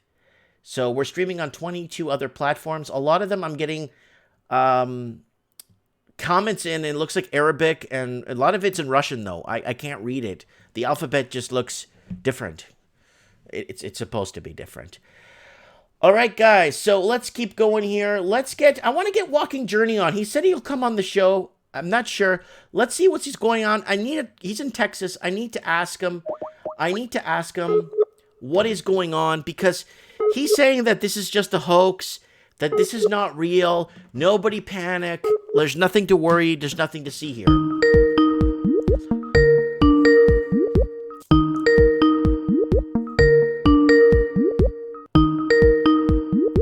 Pick it up, buddy. Pick it up. Hello? Hola, buenas tardes. Felicidades. ¿Cómo estás? How you doing, Mr. Mike Martins? Okay, I got you on the show. We got almost 500 people watching live. And guys, this is Anthony from The Walking Journey down in Texas. Now, I saw your channel earlier. You were discussing that this coronavirus thing is a hoax. Well, I didn't really say that. I just think they're blowing out of proportion. Okay. Because here in the United States alone, 108,000 people have been diagnosed with the flu, and about between 12 and 14,000 people have died so far of the common cold. And something that doesn't really get discussed anymore in the media, that AIDS is like a pandemic too. There's a lot of people with AIDS. Like 1 in 4 person has AIDS or HIV virus. Right here in Texas alone, starting from January the 1st, you guys can look up the stat. 400 people have died on the Texas highways from car accidents. So, I mean, honestly, my personal belief is, well, I don't know if you guys believe in the supernatural, but I do. I believe in God. I believe Satan exists as well. And I think, honestly, I believe, because I had a dream about a couple of months ago. I posted on my channel that I saw a white Caucasian male come out of the nowhere in my dream and tell me there's a fake recession coming. Mm-hmm. Fake So he repeated like 3 times, and I was like, I didn't get a chance to ask him how, but then I woke up, and now this is happening now. The economy is booming here in the United States. We've been having a trade war with China, Hmm. and what are the odds that the virus started in China, right? And then I saw a report on Dabu 77. I don't know if you watch his I channel, watch him sometimes. He's a good guy. and he reported that 77 or 73 people were brought in from Japan that were all infected with the coronavirus, and Trump was pissed off about it because he had given his executive order not to bring in people from those countries, and they did anyways. And I saw the report and the picture. Trump was pissed. So the media is creating a lot of hype, a lot of hype. Oh, everybody's infected, everybody's getting sick, everybody's dying. Everybody's talking about it at my job. I hear it at the store. In-laws are all paranoid and scared. About the And coronavirus. yeah, and my thing is, this is very scary, and this proves how the media has a lot of influence on people. Period. Right. And for the last 3 years, been hearing fake news, but still, people believe the fake news. So my thing is, it could get to a point where they're gonna tell people, "Oh, don't even go outside, don't even go vote, just to get the right people in power." So Trump will lose the election. Oh, don't even go outside.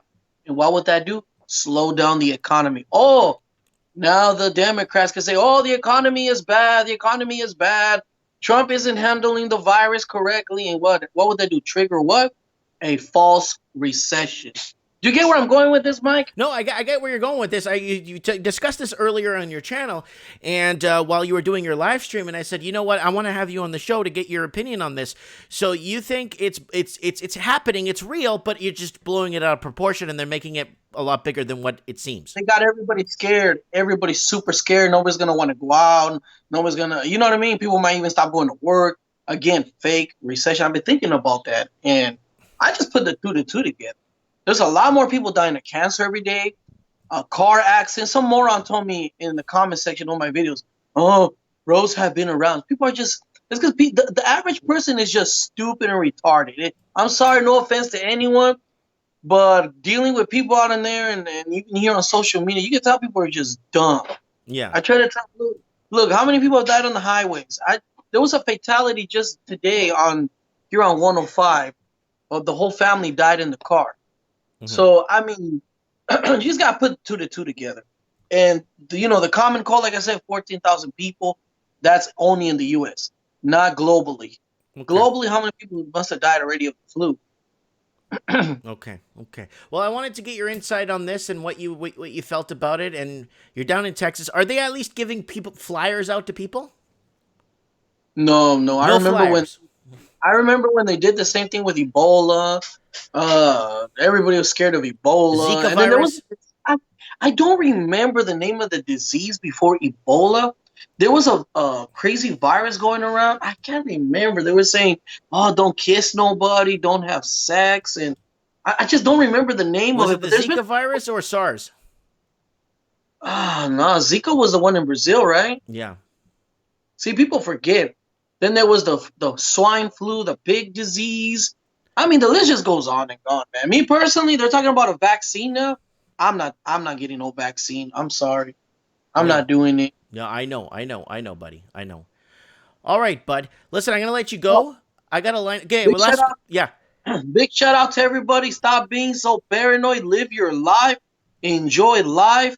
There's nothing you could do about it. You have bigger chances of dying on the highway from a moron texting and driving, people running the red lights, an unexperienced teenage driver, especially a drunk driver on the weekend.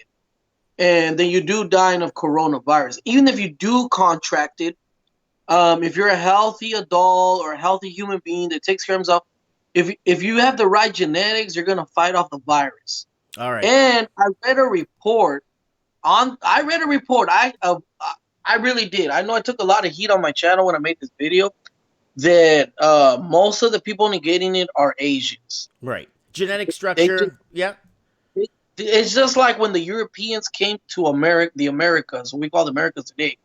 The natives didn't have any immunity. I don't know if you knew this, like Yeah, more than yeah. This 30. is old. This is yeah. We Yeah, learned this in high school. Yeah. I took history lessons in college. More than 30 to 40, might even be more. 50 million, 30 to 50 million indigenous were killed because they didn't have immunity. Mm-hmm. So this To the same thing common is happening. cold. Yeah. So people have told me, well, there's cases reported here and there. Well, there's Asian people everywhere. Yeah. They're all over the world. I even seen videos of Afghanistan, Kabul. There's Chinese restaurants or Asian restaurants there. Yeah. So they're everywhere. All right, What dude. else? All right, dude. I'm gonna let you Check out go. And check out my YouTube channel, please. Walking Walking Journey. Journeys. Put it in the comments. Thanks, buddy. Bye bye. Bye. That's the Walkie Journey from Texas, giving us an insight on what he thinks. He's very kind of straightforward when it comes to, he hates texting and driving. He hates people that are always on their electronics and not focusing on family and all that other stuff. He makes quite a few drops a day on his YouTube channel, 1 or 2 drops a day. He's really, really popular down in where he's from, you know. So I like to get a variety of callers in to give us different points of views from different perspectives, right? I don't know anything.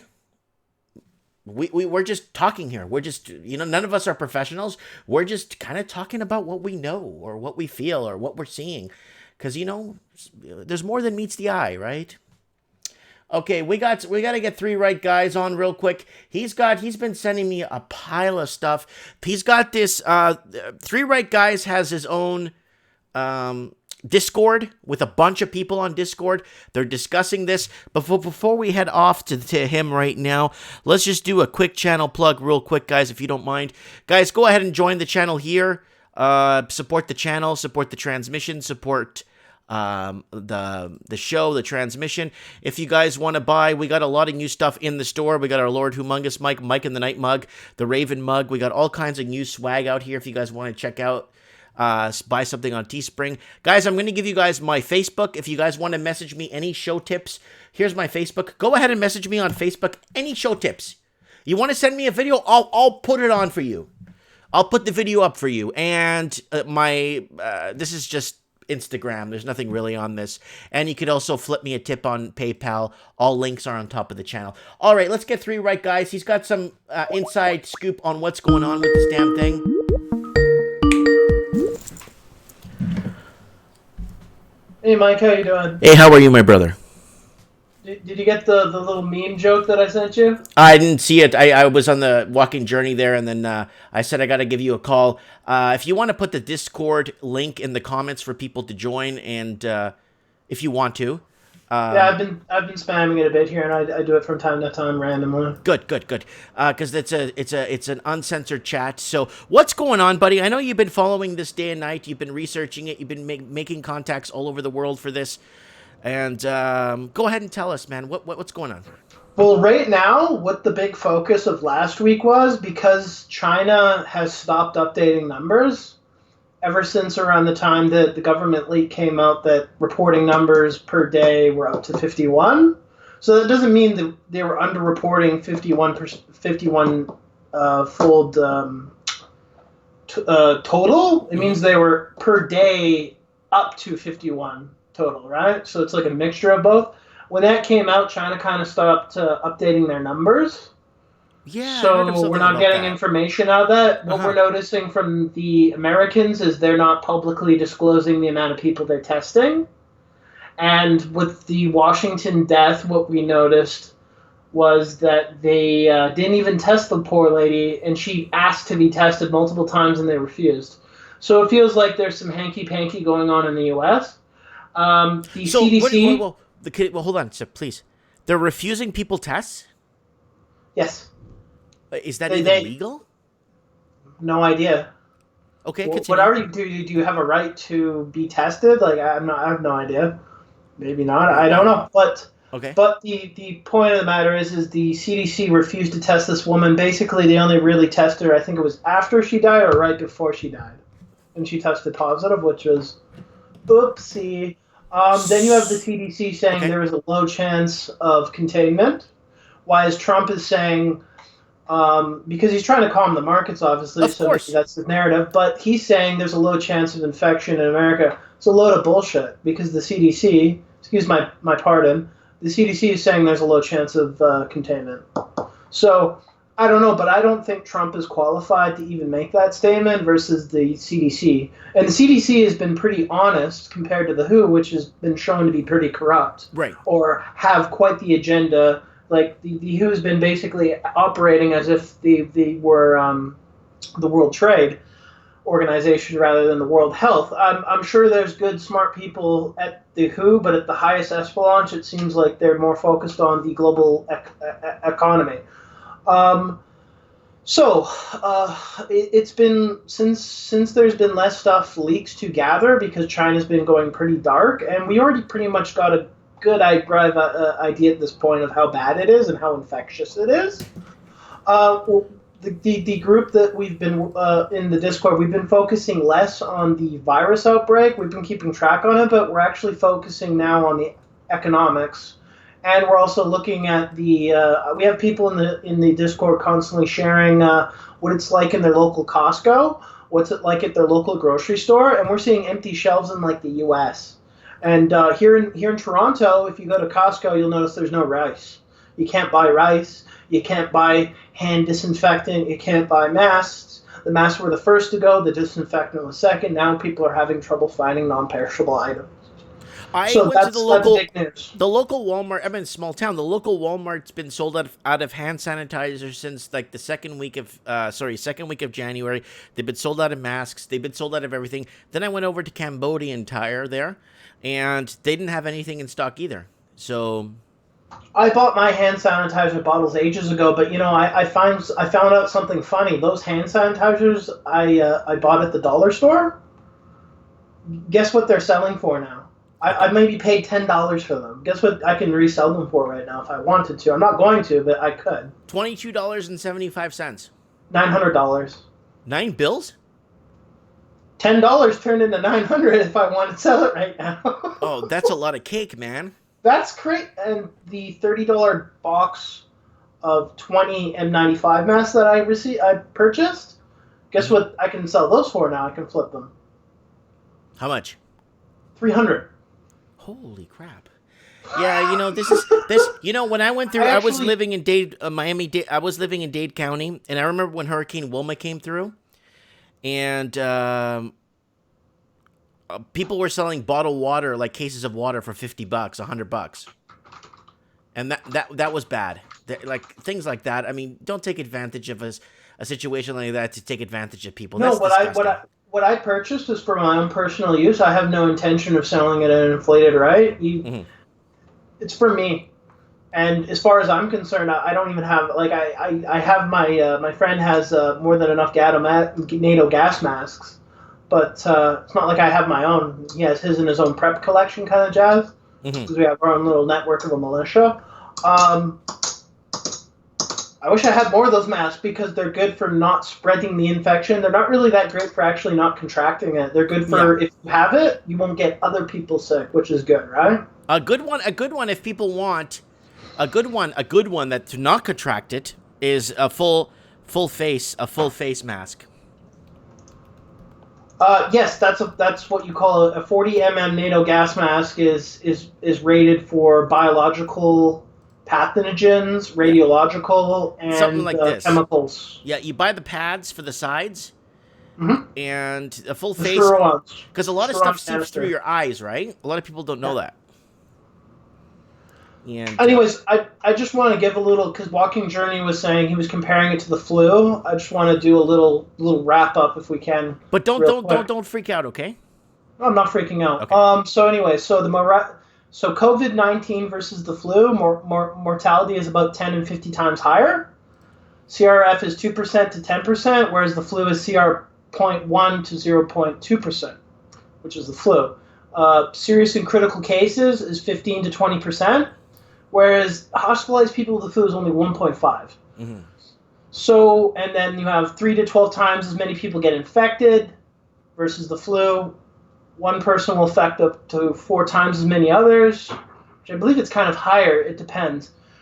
Without lockdowns, it multiplies twice as fast, exponential. Infection takes up to 4 weeks until symptoms show, whereas the incubation period on the normal flu is like 2 days, and it's infection after one. That's a good point. And here's another fact versus flu versus this. It can be transmitted through the air more than 3 meters. It can be transmitted through via hard surfaces for more than a week. People are infectious more than twice as long. Not to mention, once you develop immunity, you can be reinfected, and you can still, in some cases, carry the thing. And dogs have been noticing to be carrying the virus. Another fun fact. I sent you a news article on that. I saw that. And frequently, doctors and nurses die. You don't get that with the flu. And 1 in 7 reoccurrence. 1 in 7 people reinfect after cured. And the ER and ICUs are getting overloaded. You don't get that with the flu. Right. So Walking Journey was talking about a lot of dumb people out there. Maybe he should recheck in his facts on this, because there's a lot of information. There's no real excuse to be ignorant on and be comparing it to the flu. I find that after all the people suffering in China and all the footage of all the dead people, the people crying, I find that opinion kind of really offensive. But that's just me personally. What we're seeing right now in a lot of the global markets, because the U.S. markets are closed right now. It's the weekend, right? What we're also noticing in some international markets, like I think it's France and a couple of countries, they still have weekend trading. We're seeing this thing carry over into the weekend. We are. In other countries. So what we're probably going to see on Monday is a bleed-in effect from those global markets into the U.S. market. Right now, what a lot of the guys in the Discord have been discussing is we believe we're in a cycle right now, a wave, like an implosion wave, as far as the economics go. And what we're hypothesizing is we're waiting for 4 different waves to occur. Wave 1 was the initial sell-off and spike in commodities. Right. Second wave was another sell-off and then a sharp decrease in commodities. So what we would say is we're in wave 3, which is cash is king, liquidity.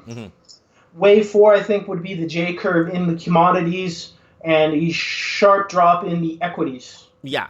And then all bets are off after that. Wave 5 could be like hyperinflation. God knows what it could be. I don't know, or it doesn't go that far. I'm not sure. Could be nothing. Brought up a really good comment in the comment section there, saying over 700 million people have been quarantined due to COVID-19 in China. So that was a good point too there in the comment section. Yeah, it's about 10% of the world population is sitting under quarantine, but it's just a flu, bro.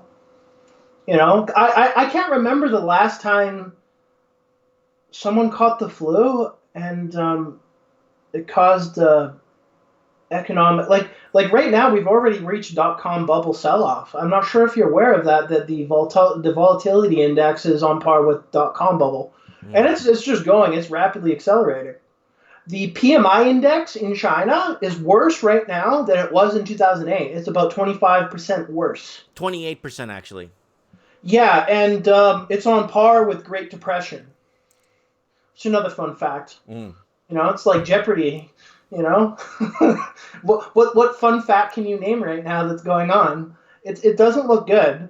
But like I said before, if we're in the cash is king period of the wave of the, we're in the eye of the hurricane, the only question is, when do you want to swing trade, purchase? Because like silver went down 10% last week. As far as I'm concerned, I want to see how. I'm not sure how, because like the real question is, when do you want to start layering in so you can get the most bang for your buck before the real nightmare begins. You get what I mean, right? I understand what you're getting. Yeah. So that's been the 2 major focuses of the Discord at this point has been. Put the link to the Discord in the chat so people could join. What is, of course. What is going on locally at their local grocery stores? What is the consumers' behavior, what they're seeing, witnessing, people watching, and then what is going on in the market? So that's what we're most focused on at this point. All of our Chinese leaks from social media over the last 2 months, they're still in the archive folders and all whatnot, but it's been less of a focus because we pretty much already got a pretty good idea of what the virology is. Right. The scholar papers, lab reports, all that. We have all of that. We have all the social media links. We know it's bad. Like, from the footage that we've seen, I don't know how it could get worse. Like, I've seen mass graves being built. So, like, I don't really need to know more past that point, and I've seen dead bodies in the streets en masse just down the street. So, like, they're being waited to be picked up like morning garbage in the morning. You know what I mean? So, I don't really feel like we need more leaks out of China, and China's not even updating numbers anymore, which is really sad. And what I'm seeing with the U.S., I don't like what I'm seeing because it feels like they're trying to be a little bit of a cover up, or at least I wouldn't say the word cover up, but they're trying to sweep some stuff under the rug and Of not really course, they have to broadcast it. calm the. Remember the guy in the Titanic when it was going down? Remain calm, all is well. Remember for like 3 hours straight? There was 2 points actually that we caught wind of. So there's been a difference in what is being shown on the media, on cable news, and what is being shown online. On cable news, what we've noticed is there's cable news networks saying, please don't sell your 401ks, it's just a dip, buy the dip, kind of, right? So we notice they're not pushing that narrative as much online, but they're pushing a more, and if they're pushing that narrative, and we've seen this on Arizona TV, That's right. because we're getting leaks because we built an international network, so we got people telling, oh, this is what Australian news is saying, this is what is saying on TV. If they're saying that on the cable news to boomers, because that's the boomer demographic is the one that watches cable news, that means that people are already selling their 401ks en masse right now, or else why would they say people don't do that? And then there actually was an online article, CBC, a BC financial advisor was on CBC, I believe it was, saying do not sell. So if the media is telling people don't sell, that's usually meaning people are selling behind the scenes. Right. And there's already panic selling going on, right? Yeah, panic selling, sell-offs, huge sell-offs. Anyways, I'm going to let you go for that. I'm going to give room for another person to come on the show, and it was always fantastic. Well, thank you for lining up my news tonight. Oh, yeah, there is some big news going on in India. There's some big news going on in Greece. We covered that in the news at the beginning of the show here. Let me see here. It's pretty crazy. Yeah, India is, wow, I was like blown when I saw those images. I was kind of... I was thrown a curveball when I saw that myself. The guys in the Discord picked that up because everyone's been paying so much attention to the COVID virus. No one realizes that I'm not sure if you're aware, but there was Buddhist monks that were mass committing genocide against Muslims in Myanmar. And then those Muslims were refugees in India. They moved over to India. Now the RSS, India, is a massive paramilitary organization under President Modi. They're mass murdering Muslims throughout India right now. Like, I've seen footage of people getting ripped out of their homes and then freaking flogged, and people getting hit with machetes, belted, dragged out of the streets, like half alive. Well, let's not get too graphic. Let's not get too graphic. I'm just saying that there's some nasty footage out there. And then in Greece, there's locals revolting. They've been using shotguns against the cops, and they overwhelmed a military base until the cops had to flee because people said no more refugee camp. We don't want it here. Get off our island. And the locals and the government wouldn't listen, and the locals, and now the UN military, UN is, or not the UN, the EU has deployed military on the island. I believe that's the last update. Yeah, that's the last update we got on that. And then there was some crazy stuff going on in northern Syria with, I think, Russian airstrike. Turkey. Yeah, Russia airstrike 32 Turkish military soldiers. What the hell is Turkey doing in northern Syria? They don't belong there. Syria wants 25 to 35 kilometers of they want to expand their border 25 kilometers. They're doing it in the name of protecting their country, giving more of a buffer zone between countries. So they use that in the name of protection, right? By gaining more military virtue. Anyways, I really hope we don't have to defend NATO. I mean, not NATO, but I really hope we don't have to defend Turkey if Russia just freaking obliterates them, because they will. They have S-3 missile defense systems. Thus, they'll knock out the Turkish air superiority, and then they'll just bomb their troops in oblivion. Yeah, exactly. I just hope it doesn't drag us into it. I really couldn't, But I digress. I'll throw the Discord link in there one more time, and have a good night, my dude. Yeah, God bless. God bless, my friend. All right. That's real German instincts. You'll see him three right guys podcasting. He'll be leaving a link right now in the live stream, and I'm going to copy that link and put it in the Russian. We got a lot of people watching us in Russia right now. I'm just checking this channel. I'm on 22 other channels streaming, and this one has over like 1,700 people watching. So that's pretty cool. And if they want to join the Discord too, they can.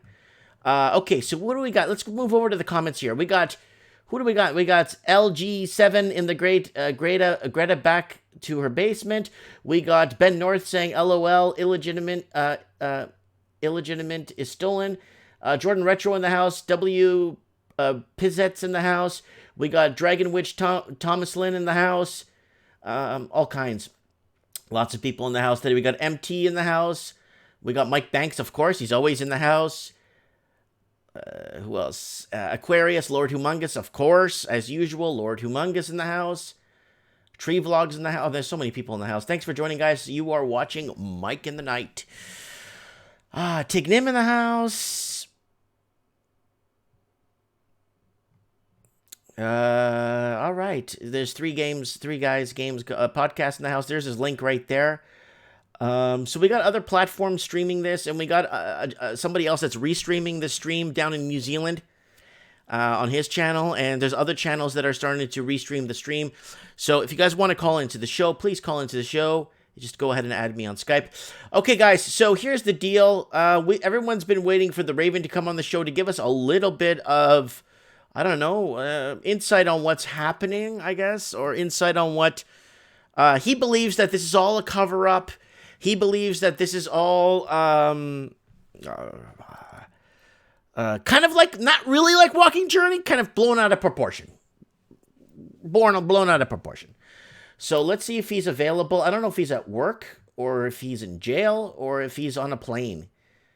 Last time we called him, he was on Barbara Streisand's airplane last time we called him. So let's see if we could get him here. I have him here. Here he is. Let's see if he picks up. Oh, he wrote on the back of his truck, it says buy food. I just wanted to throw that out there.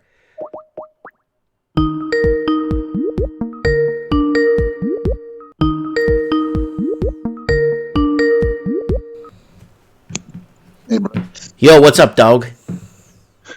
Not much. Just watching the comments there. I just saw your image, buy food. Oh, by the way, guys, I want to thank the Raven for sending me this little swag here with CN and sending me this beautiful hand-polished mic.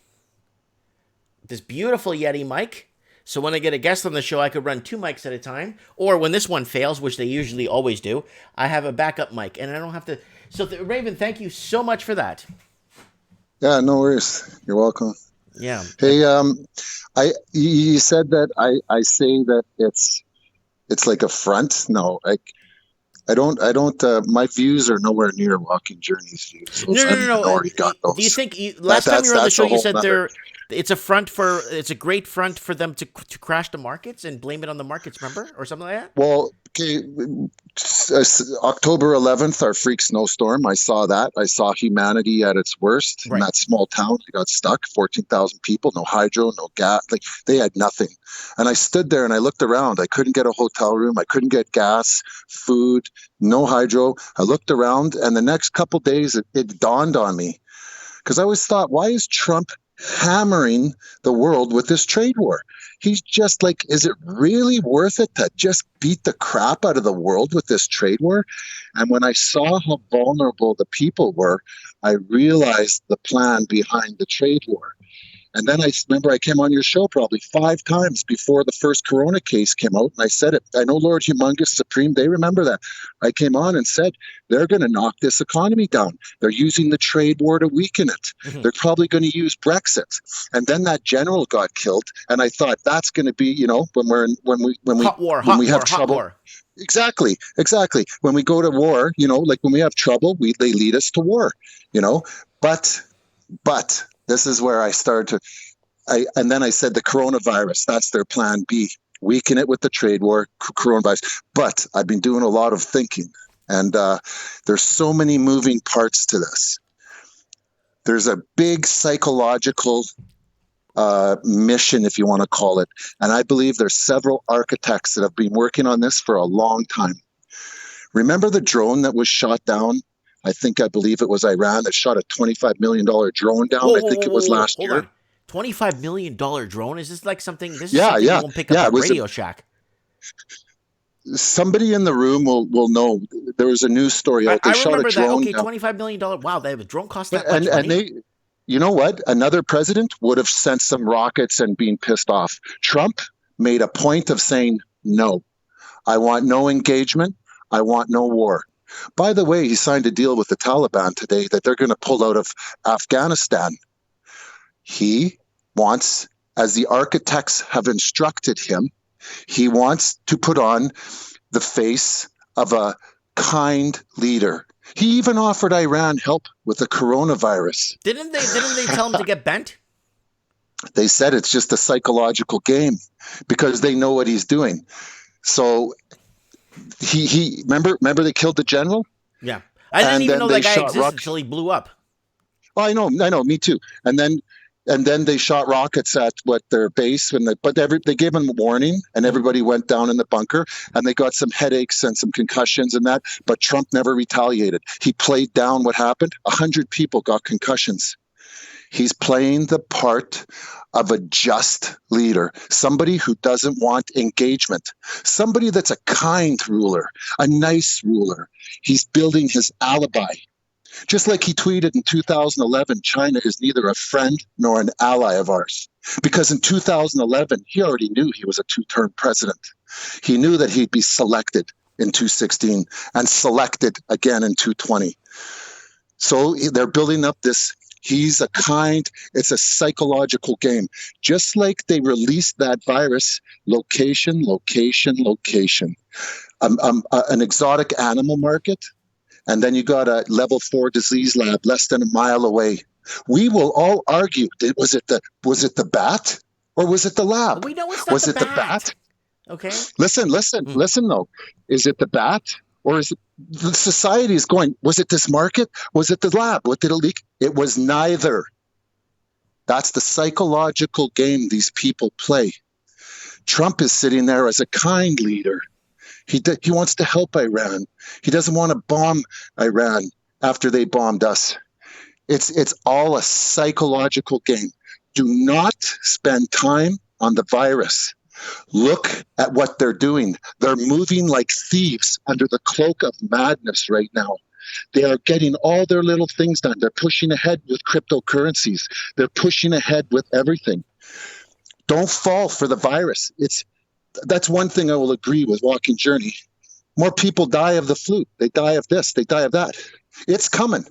And you're probably going to get it. And you'll probably live. But what are these people going to achieve while this is all spreading? Their goal is to knock this economy out, and it's going to do it. Mm-hmm. That's more or less the train of thought. Don't get fooled. Like the impeachment, I never watched 1 minute of the impeachment. I did. I was eating distraction. A snack. It's a distraction. Did you watch that somebody video where I would get clips of me eating like different things while the impeachment was going on and like bored out of my tree? Because it was the biggest waste of human time. Yeah, no. Russiagate, there's another distraction. Right now, they're using the virus as a distraction. Mm-hmm. Look at Turkey. They're going to flood refugees. That's part of the architecture of this plan. Flood refugees into Europe. The melting pot. It's to melt the races together, right? It's all to melt. It's all part of the grand design. And they are being successful. 50 generations. No. When they get a travesty, like what happened in New York, when they get a travesty, they can expedite their mandate. They can push forward. Homeland Security. We're going to do this. You know what they're going to do with this? No more people can protest. We don't want you in close proximity. We have quarantine laws in Canada. You're not coming in the country. The police state will exponentially is going to rise now. They're going to use this for all their different. It's going to accelerate everything that we've read about what happens in these situations. They will use this Hiroshima. They will use this Pearl Harbor. They will use this to their advantage to go faster and faster. And they're probably listening to this channel right now. Mm-hmm. There's CSIS, FBI. We know they do. So they're part of the cog. If you're listening, you're part of the cog. Look in the mirror tonight. Look into your own eyes. You're part of this problem where people think they can do this to a world to get their own end game to come out of it. Mm-hmm. It's a horrible thing. Yeah, this is like Tig Nim in the comments say this is a good way to impose martial law, and then Anna Key is saying good game theory, cash ban, also getting rid of cash.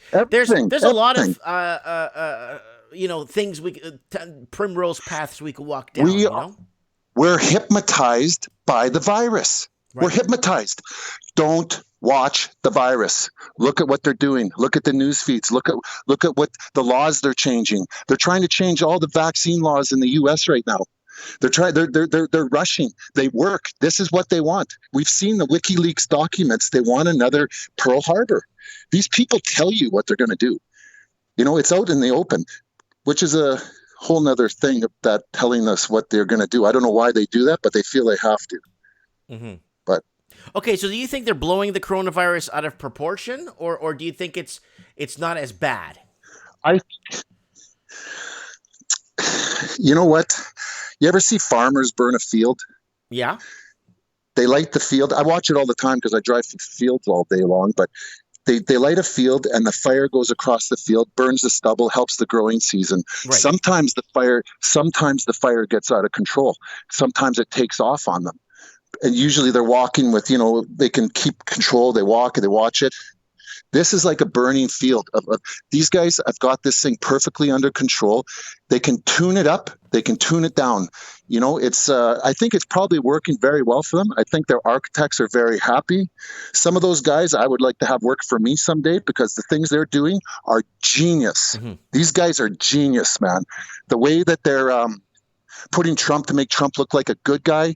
Our government would never do something like this. Ever do so. The way that they released it in that wild animal market with near a disease lab, mm-hmm. Genius, smart. That guy's a smart guy. Whoever figured that out, because we'll argue back and forth. Where'd it come from, there or here? Or that came from neither, was introduced from a foreign entity. That's perfect location. Mm-hmm. Mm-hmm. Mm-hmm. But I think that the whole virus thing is their cover to keep us hypnotized, and they will get what they need. Decompartmentalization. Left hand's doing something while everyone's looking at the right. Well, you know what? You take your kid in to get pictures, young kid, they don't want to look at the camera, so you rattle a set of keys.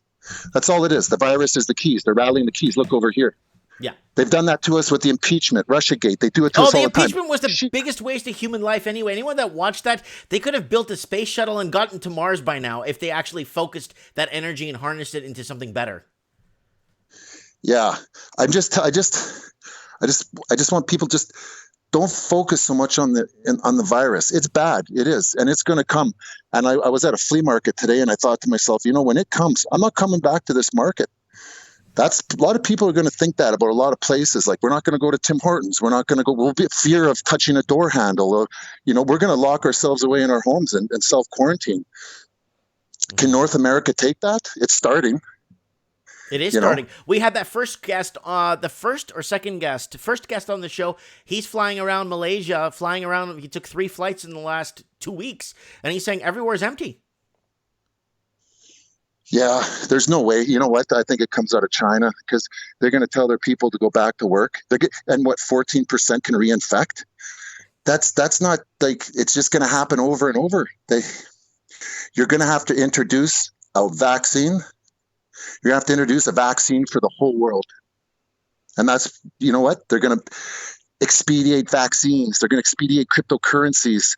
They're going to expedite martial law, like not martial law, a police state. They're going to have to, all kinds of new rules and laws and everything because of this. Hold on, let me interject. Hold on. Low Roller Scratcher has put it several times in the comments, and he's very, very right. Do you agree with me? Have you noticed that no more Hong Kong protests since people are afraid of protests in Hong Kong due to the virus? No more close proximity. You know what? In times of it's like almost like a martial law. They can just start saying, "Yeah, we're going to change this. We got to come in. Oh, you know what? Let's make a Homeland Security, Patriot Act. We're going to do this. Take habeas corpus out of the Constitution. The Constitution binds them, so you can bet that they're going to be chopping some stuff out of there, like they did last time, 19 years ago. They chopped a lot of stuff out of the Constitution, but very stress this fact. The virus is a distraction. It's the controlled demolition of our world economy, and they are doing it. And you can see it in all the numbers coming out of China. You can see it in Europe. The PMI, CPI numbers in China are skyrocketing. the purchasing managers index. A They're pile, horrible. pile of bankers getting laid off, pile of lots of real estate agents losing their jobs, lots of car manufacturers not getting parts, lots of layoffs in manufacturing, Travel lots agents. of not in China, but people can't get the parts they need to complete the project, right? So we're seeing a lot of impact hitting. We're seeing a lot of movement when it comes to different distribution sectors and logistics. There's a lot of movement. There's a lot of downscaling of things, and this usually happens when you get a pandemic. I mean, the last major pandemic we had, the massive one, was at the turn of the century, right, during the Spanish influenza, right? And that's the one that took what, 40 million people or 45 million people. That I mean, that they say was passed through a lot of people working on the railroads were bringing it across the country and stuff. You know what I'm saying? It wasn't me. It wasn't you. I know. But no, there's a lot of like myths of why, they first contracted the first case in Spain. So they call it the Spanish influenza, right? But there's lots behind everything. And especially in this economic downturn we're looking at right now, this had to happen sometime. We've been talking about this on Trends in the Housing Market. We've been talking about this on every other show we have here on the channel about this problem that we're having, and unfortunately, I would have never fathomed there would have been a pandemic or some sort of airborne disease that went out that would push the masses into disparity to sell their stocks or sell off. I never would have fathomed. I would have thought it would have been, like you said, that war with maybe with Iran, maybe something Yes, like happens. Yeah, I would have never fathomed a pandemic. Yes, pandemics would do this. I would have. Yeah, but they use that war, like you said, that general. They use that to put Trump in a golden light, distance him away from any sort of government that could ever do this. Distance him. Help Iran. We can send you some testing kits. We can help you. We want. How come you're not laying off the trade war, Trump? How come you're not laying off? You told China the other day, you better keep your commitments, because the bully's got to hold the kid down while the other one punches him. The bully's the trade war. The other kid punching him's the virus. They're not going to let the kid up. Keep putting it. Keep your commitments, China. Yeah. Oh, but they're going to let the Taliban, a little bit of their sanctions ease. So the Taliban, who gives a crap about the Taliban? What are they, sitting in the desert? That's not an economic engine. We don't really care what happens there. They are not going to let off those trade wars. They're going to let this flow through the system. This system's going to come down. And a lot of us are not going to be here on the other side of that. So you think throwing some food in your cupboards is going to get you through what's coming? You might want to rethink that. Not to be a fearmonger. Yeah, well, we don't want to pull an AMTV on here like every week saying the world's going to end today. You know what, though, Mike? Look at it logically. You shut this down, you shut that down, you shut this down, shut that down. When do the dominoes fall? Your window for buying food and preparing is going to close in a few hours. What happens if distribution, and that's what they're talking about. You see the stories, distribution is going to shut down. We said that right from the start. This has only been out for 8 weeks. The first case was reported December 31st. So maybe 10 weeks this has been floating around. In the last week, we lost, 3,500 points on the Dow. $6 trillion just went to money heaven. Bloomberg lost $8 billion in a week. Bloomberg. He lost more than Trump is worth in 1 week. Wow. Wait till Monday. Look at the stories that are coming out on Zero Hedge. There's some horrible stories. The numbers in America are going to scare the investors. Of course they are. I mean, any investor that took Business 101 in high school knows that this is not a good time to be in the markets. No. But if we were smart, we would have got out last Friday. I did. I got out on Wednesday or Tuesday or Wednesday with all my metals. I got out. I got my profits in some of them. Some of them auto sold, and it's some of those stocks that you have that auto sell that you actually pre-program to auto sell at a certain amount. That actually kind of makes it worth it. You know what I'm saying? It's some of them take big losses, but those kind of auto sell ones are the ones that you kind of, thank God that one hit that one. You know what I'm saying? Yeah. Safeguards. Yeah. I think the numbers coming out though, like we have a weekend now to build up news, and the news is not really great. And they hype it, They hype the news. and I think it's going to spook the investors. You're going to see a large sell-off again. How can they recover this? How can they bring calm back to the markets? You got Kudlow and Trump on Monday saying this is a great opportunity to buy stocks. How wrong were you guys about that? 4 more days, you lost another 2,500 points. They're just telling you whatever they can tell you. But they've been pumping these markets up for the last 10 years. You know that, right? So it's got to come down to reality. Trump's whole game about this. Oh, here we go. Okay. They're going to have to put so much liquidity into the system that it's their excuse for hyperinflating the system. It brings them an expedited to the end of where they want to get. Do you understand what I'm saying? China especially is going to have to pump, I don't know, 40, 50 trillion yuan into this, which is probably around 10 trillion American, but they're going to blow the system up trying to save the system that they killed their own, like they did it on purpose. So now they're going to pump as much money as they can in because they can blow it up quicker now and use the virus. It all comes back to the virus. That's their fall guy. The virus is the fall guy.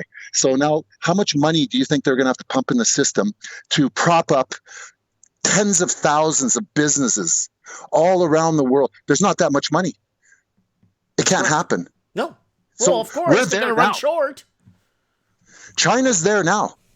We're going to catch up. Give us China was there months before the coronavirus when they were bailing out banks and federalizing banks by the government. It was there. And then China, a couple of weeks ago, 2 weeks ago, reported saying, go ahead and restructure bad debt. They were urging banks to restructure bad debt and make it okay for people to default once in a while, but try and get some payments out of it at least. Put all the smoke and mirrors to the side. Project the outcome. Italy's shutting down schools. Oh, Italy's closed its border in the north. This is not good. Exactly. And when I saw the Italy numbers, I was floored. I did not expect Italy, especially in a northern, more mountainous region, to get a kick this hard. Yeah, you know what? Yeah, and look at the draconian measures they're taking. Russia, no Chinese people out. The laws will be installed today. That's it. We're fighting this in all for the reason of fighting a virus. They can do whatever they want. They can put whatever laws, but they're going to pump so much money into this that's going to be the reason for blowing up the system. They've got to get their cryptocurrencies. They got to get their digital currencies online faster. Do you think they could do it in time? I don't think so. You know what? How many architects are working on this? I don't think they have the time unless they really got something in the background that's ready. Don't be fooled by the virus. Watch what they're doing. I can't stress that enough. You've got to look past that. Let the sheep worry about the virus. This is about the only place I can come and talk to people who actually have a chance of knowing what's going on, right? I can't talk to people. I can't talk to people. They're like, what virus? Woo! Tell me the story about the people you've been talking to that have no idea what the heck is going on. They don't even know if they're tricking or treating. You know what? The first week I went to work there off holidays and I went downstairs and there's like 6 guys and they didn't have no clue what I was talking about. They do now. I'll be back to work for a week. So lots of people, tons of people. If you could put the picture of my truck up on your screen there, see what it says on the back of my picture. It looked cute. Here it is. This is all the stuff you got. Yeah, here it is. Here it is, guys. Here's the back of the Ravens truck. He blocked out his tag number, so we don't know where he's at. But there it is. Buy food. I drive around town. Some lady stopped me in Tim Hortons. Thanks for the reminder, she said to me, eh? Yeah. Okay, so... But you see the pictures. I'm loading up my truck. I'm not just saying... Do you want me to show those or no? I don't care. Go ahead. I could care less, man. All right. There's a picture of a Chinese guy on the bill there. There's a bill. Where'd it go? Oh, there it is. Oh, I remember when you went to the disease control center there, and you went there to check it out, and then they told you to leave. Yeah. No, the security guard started walking towards me, that level 4 biolab. I pulled right into their parking stall. It was on a weekend. I don't think no one was working. They started walking towards me. I was taking pictures with my camera. I jumped in my truck and took off. You should have said Mike Martins lives as you drove away. Yeah, right. They're probably watching me now. Okay. Yeah, that's that disease. Yeah. So you got 1, 2, 3, 4, 5. You got a bunch of those like office stuff. I have a bunch of these in my house already. I'm not too worried about that. Then you got it looks like, is that soda? Oh no, it's canned food and a bunch of that flavored water. Oh, whoa, you got like 3 cases of tuna. I got tons, man. That's just one trip. That's one trip. Holy tuna and water, dude! Are you bulking up? Are you ripping up for summer? I'm buying industrial boxes of Clorox, the big jugs, 3 at a time. Mm-hmm. I'm buying the Lysol wet wipes. Just you think to yourself, if I can't leave my house for 2 months, can I live in my house? Can you stay here? Do you got enough water? Do you want pop? Do you know? Do you want gum? Back? Let's take a step back. Okay. A majority of our populations live in big cities and they're in condos. What can we tell people?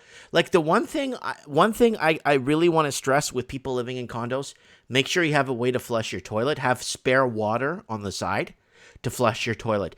If the water goes out or something happens and you can't flush your toilet, you'll be dead in a month.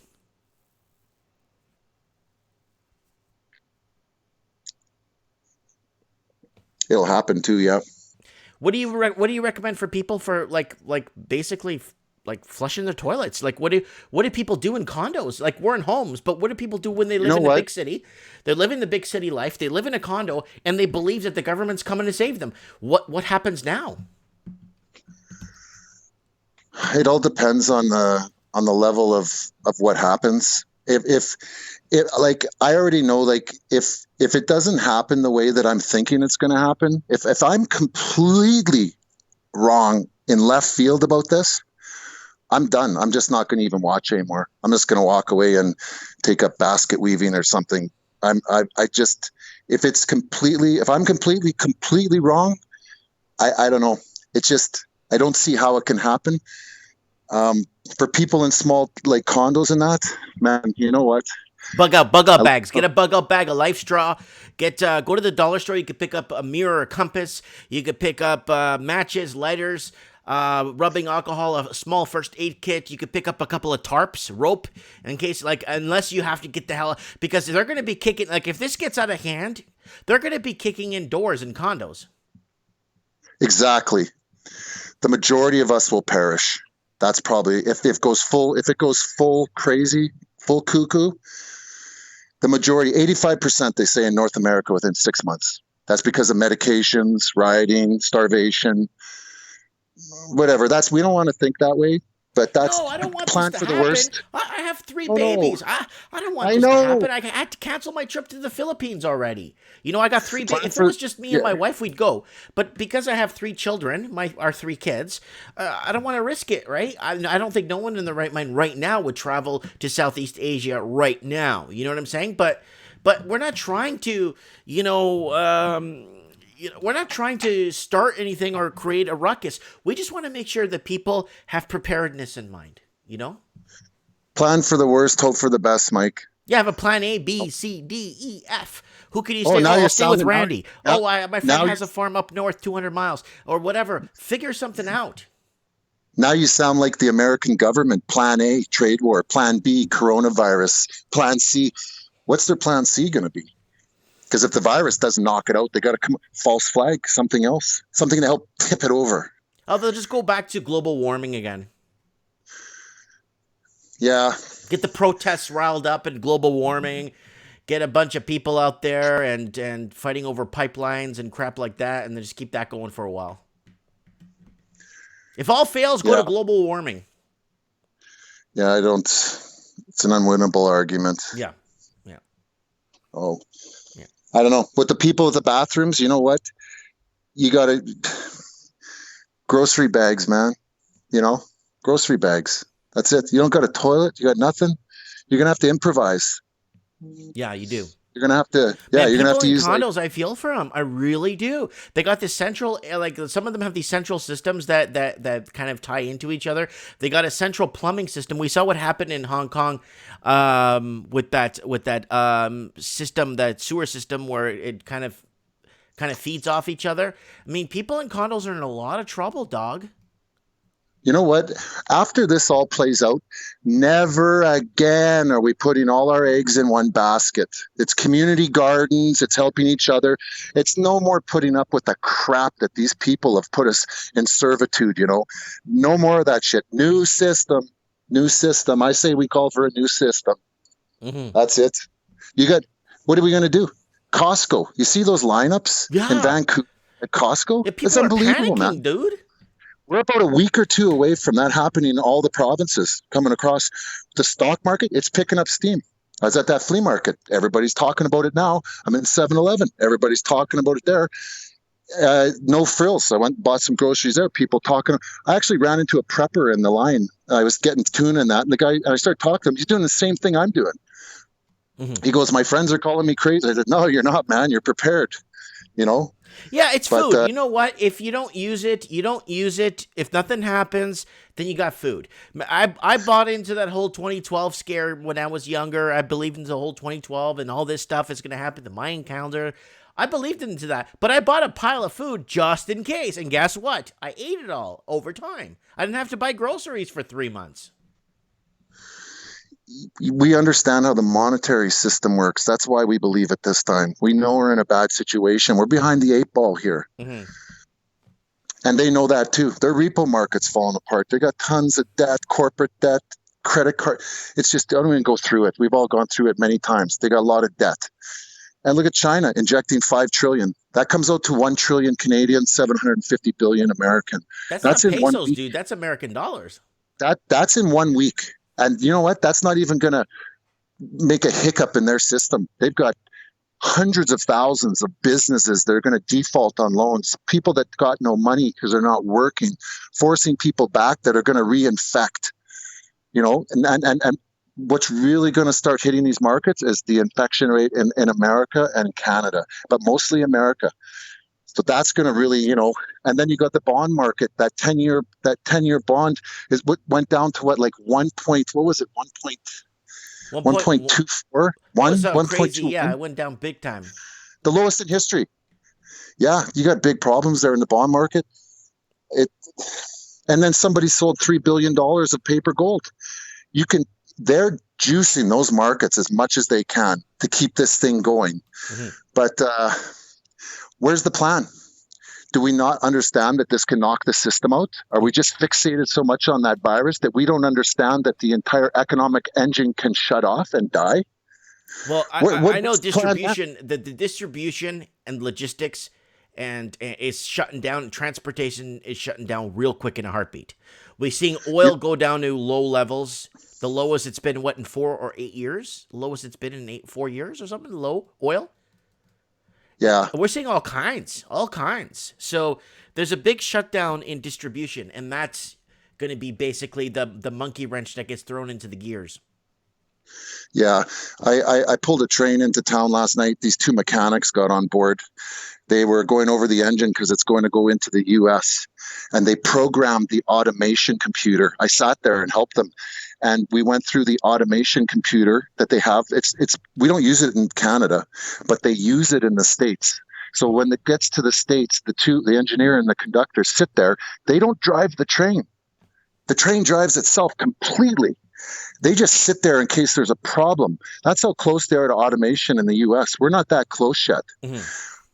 Are we gonna fix the economy so we can go to 9 billion people and pay everybody basic income to go sit at home? Let all those useless resource chewers eating up our everything. We're like termites. They know that. Hmm. Why would they do that? Why do they want to put another billion on the planet? No. Use a travesty, clean it all up at once. That's what they're going to do. That's what I 100% believe that. 100%. That's about 25,000 hours of researching these guys and staying close and watching them as fast as I can. 7 days a week watching these guys, studying them, reading as much as I can on them. That's what I believe. Hmm. So, Okay, Raven. And I'd like it to be over so that I could do something else, like go fishing or something. I know what you mean. It's springtime. Spring's in the air, right? And I feel you, brother. I'm with you on this, man. I don't want this to happen. I would like rather be doing a mic in the night, maybe having people on the show talking about EMPs or talking about solar flares or getting people on the show that could talk about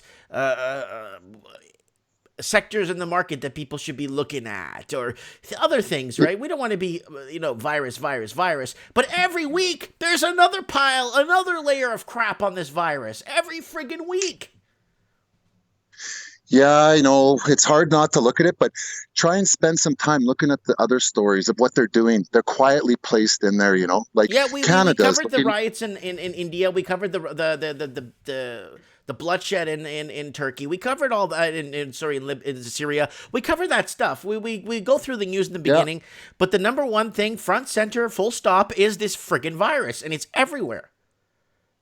And 2 months ago was impeachment, and 8 months before that was Russiagate, and before that it was the Supreme Court guy because he grabbed a girl 35 years ago, and before that guy. I remember that guy. Yeah. Okay, so Mike, if the virus was gone, what would be grabbing our attention right now? Global warming. Nothing. Global warming. Global warming's always been there. No, they'll ramp it up and they'll talk about something and start another protest, and they'll get that Greta girl around town discussing how people are being selfish and stuff, and then that's, getting people all riled up. Yeah. You know what? Incremental change goes unnoticed in the psyche. That's the hobgoblin of humans. We don't notice things because it's so incremental. Like big impact things, like when buildings fall down, that grabs the attention of everybody. Small things, little stories, they go unnoticed. It's a churn in the background, right? Mm-hmm. Again, decompartmentalization. Yeah. So that's why, like when a person goes missing, they'll put out an alert. But they really don't want to do it because if they put out so many alerts on so many people, it just becomes noise in the background. They like to just pick very carefully. I was watching it on TV. Mm-hmm. Pick very carefully how many of those they put out, because then it becomes like nothing. You don't notice it, eh? So, but that virus is nothing more than a distraction. Okay. You got to look at what they're doing. They're using that as their tool, and they're going to use that to crash this system. And they're going to try and save it and make themselves look like the good guys. We're pumping in money. We're offering help to Iran. We don't want to go to war. We're such a good administration. You would never think they would do something like this. It was in China. Was it a bat? Was it a disease lab? They're building up their alibis all around. You can see it, right? It's a real thing. It's a distraction. That's right. So that's about it. I'll let someone else call. I'll jump off the line there. Oh, someone's calling you? No, I said you can let someone else call in there. Oh, sorry. I thought you said someone else is trying to call in. No, I'll let someone else call in. All right. Raven, thank you so much for giving us your insight. Your insight is always welcome here. That Lord Humongous has got lots to say. I would give him a call. Yeah. All right. You take care. You stay strong, buddy. Okay? Take it easy, buddy. Okay. Right on. Bye. So that was the Raven, and you saw his loading up on stock. Guys, let's do a quick channel plug here. It's 11 o'clock. So guys, don't forget to join the channel right here if you can. There it is, live now, Mike in the Night, and lots of Mike in the Nights over here. Lots of Mike in the Nights on the channel with Raven and all our guests on here, giving us updates on what's going on, where it's going on, what's happening. Don't forget to pick up a Raven mug here in the store. We got some pretty cool Raven mugs here with ravens on them. This one here is pretty cool. There's one with a mountain of skulls. Pretty cool. Don't forget to also, I'm going to give you guys my Facebook. If you guys want to send some show tips, please send me show tips here. If there's anything we should be covering or talking about, go ahead and send me show tips there. Also, I'm on Instagram too. Who cares? And you could always send me a tip on PayPal if you'd like. It's at the top of the channel here, my PayPal link. You're welcome to send a tip if you'd like. And support my $430 electricity bill for my house. And I paid $130 $135 in carbon tax on that, on my electricity bill for the month of my house. That's kind of cute. I'm supporting the whole, thing. So, okay, well, let's get back to some comments here. We got RAH in the house. Hit the like button. Three games, three gaming, three RG, three right guys gaming podcast. Also, go ahead to the link he just left in the comments. We got was it Boy George? Who's calling? It's Lord Humongous. Lord, how art thou? Out, my brother. What are you up to? Nothing. I was listening to Raven. I tried to send him to his Skype. There was a story from Amazing Polly. She's a Canadian, and I wish everybody would go watch this one episode where she's talking about the CN protesters and how they're like deeply infiltrated. I think that the title of it was "We're in a Marxist Revolution." That was the title of her video. Dude, go watch that. I don't believe in everything she has to say because she put the link in the chat so we can find it. It's very tough for me to play other YouTube videos while I'm live because it might flag it. Yeah. So leave a link. We'll all go to it. No big deal. Guys, for people joining us, this is Lord Humongous from the humongous wastelands down in just outside of Denver in the state of Colorado. Continue. I'm trying to tell people to go to her channel, and it's like one of her latest videos. And she's been like covering like some deep, dark state stuff, man, that's connected to all these people, dude. And she puts them through the history. I mean, it's amazing. I mean, I thought I was pretty good at finding out a lot of this stuff, but man, she just puts it all together. But it's mind blowing, dude. It really is. And it even talks about those what are they called? The Wet'lwin or whatever protesters of the pipeline. Yeah, those protests that are happening across Canada. Yeah. Yeah, these are all like some of these are like deep like groups like connected to Antifa, and there was like another terrorist group back in like the 70s that she had to deal with. Wait a minute, Antifa, you talking about the guys that don't shower? Yeah, those guys. You know what I'm talking about. Okay. The communists, right? The leftists, the Marxists. They're trying to derail CN trains. I wonder how many times the Raven has had these guys like try to jump in front of the train. He told me they throw rocks and stuff over at his train when he's driving by and stuff. Yeah, and like it's crazy. She's got video clips of a CN train coming down the track, and there was like these idiots like trying to throw like crap and laying in front of the train, and like the train wouldn't stop, which they shouldn't. I believe if any of those idiots jump in front of a train, they got what's coming to them. Right. You know. We got Sergey in Moscow saying, "I love Lord Humongous." So we got another chat going on here. Most of it's in Russian. So someone just said they love you in St. Petersburg. I love all my Russian brothers. I have no beef with Russians. They're more American than Americans are these days. You know, amazing to me.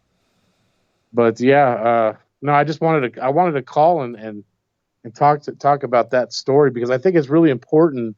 I think people should really get on that Amazing Polly's channel and start following some of her latest stories, man, because she puts a lot of the connect the dot stuff, man, together.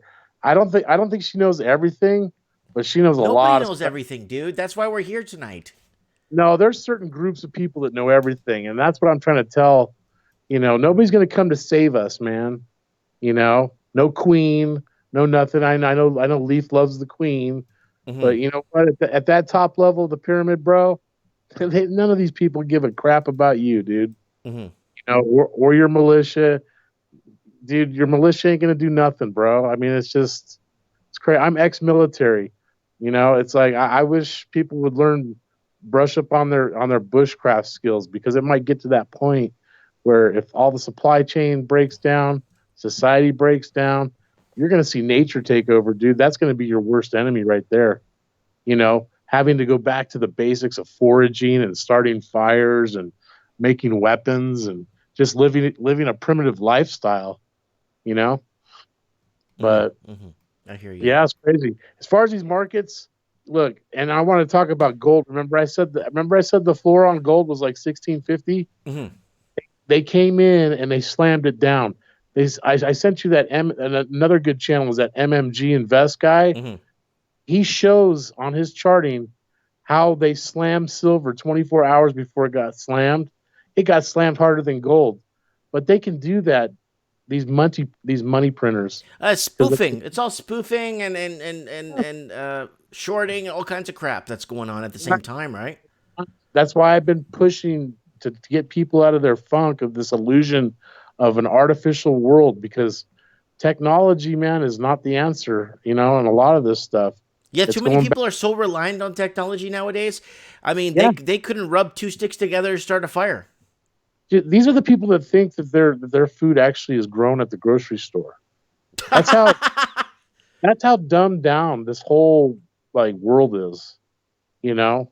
That's why the third world will probably do better than the first world in a major collapse. And I think that's what they want. Well, no, like countries like say like in Central and South America, they've been already impoverished. They've already been through local civil wars. They've been through all that crap, so they're used to it. A lot of them are tough as nails, and they know what to expect when the going gets tough. When the going gets tough in New York City, it's not going to look good.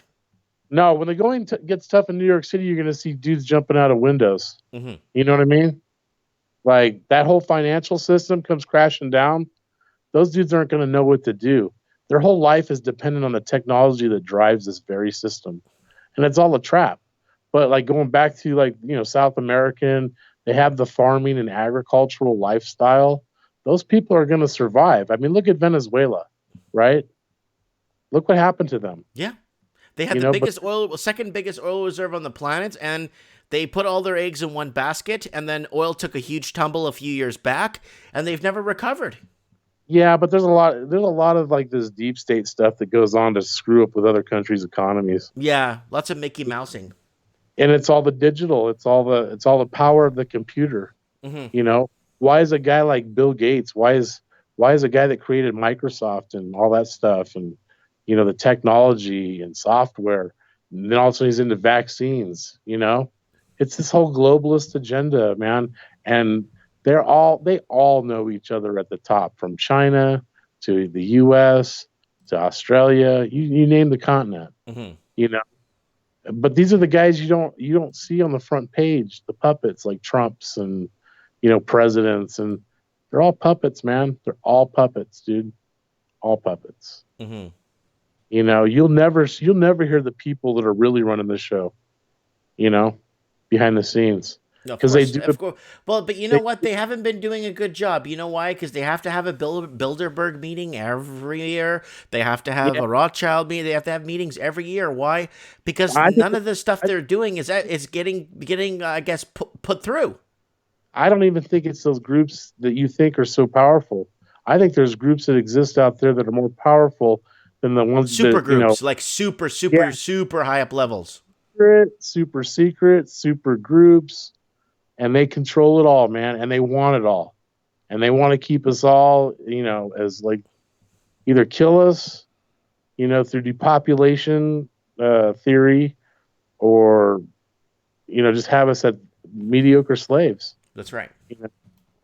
But I also want to tell your listeners, knowledge is power. And that's probably the best thing. Start studying bushcraft and how to do things without tools.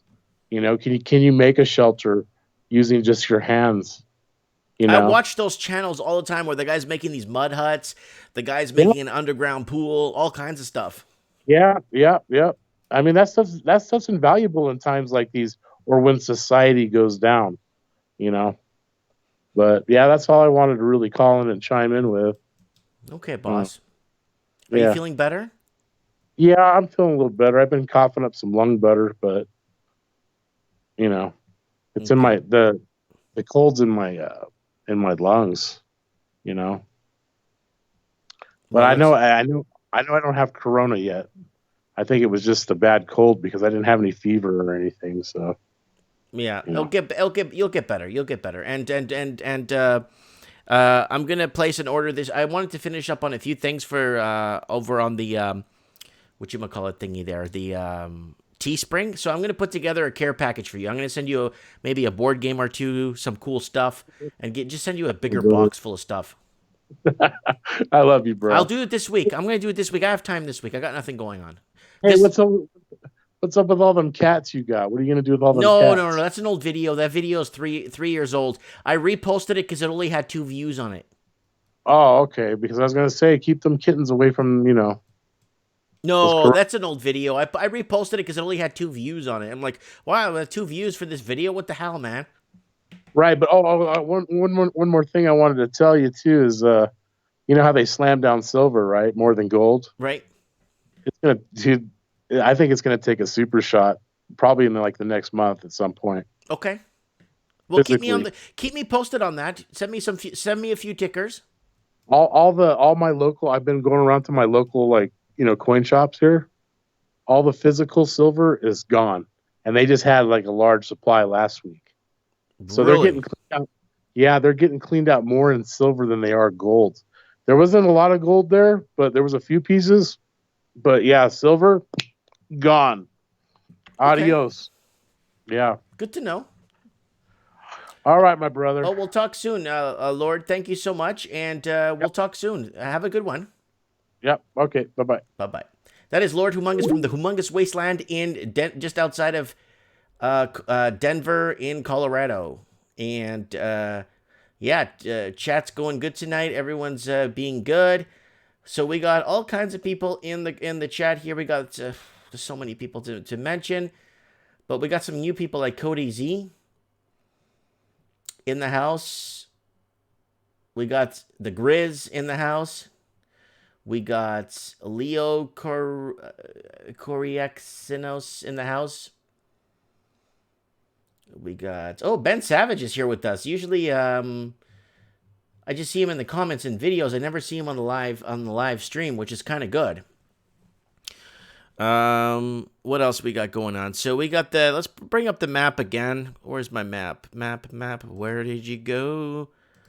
My lovely. Here it is, guys. Let's refresh this.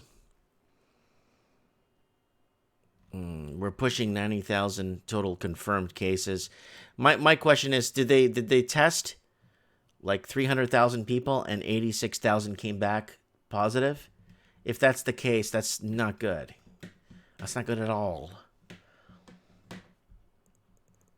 So, Buddy saying he's Greek.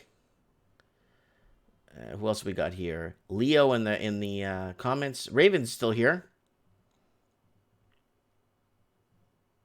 Yep. Let's get. I wonder if Supreme Cannon's still kicking around. Get him on the show. Yeah, maybe I see Skype is on. Let me give him a call.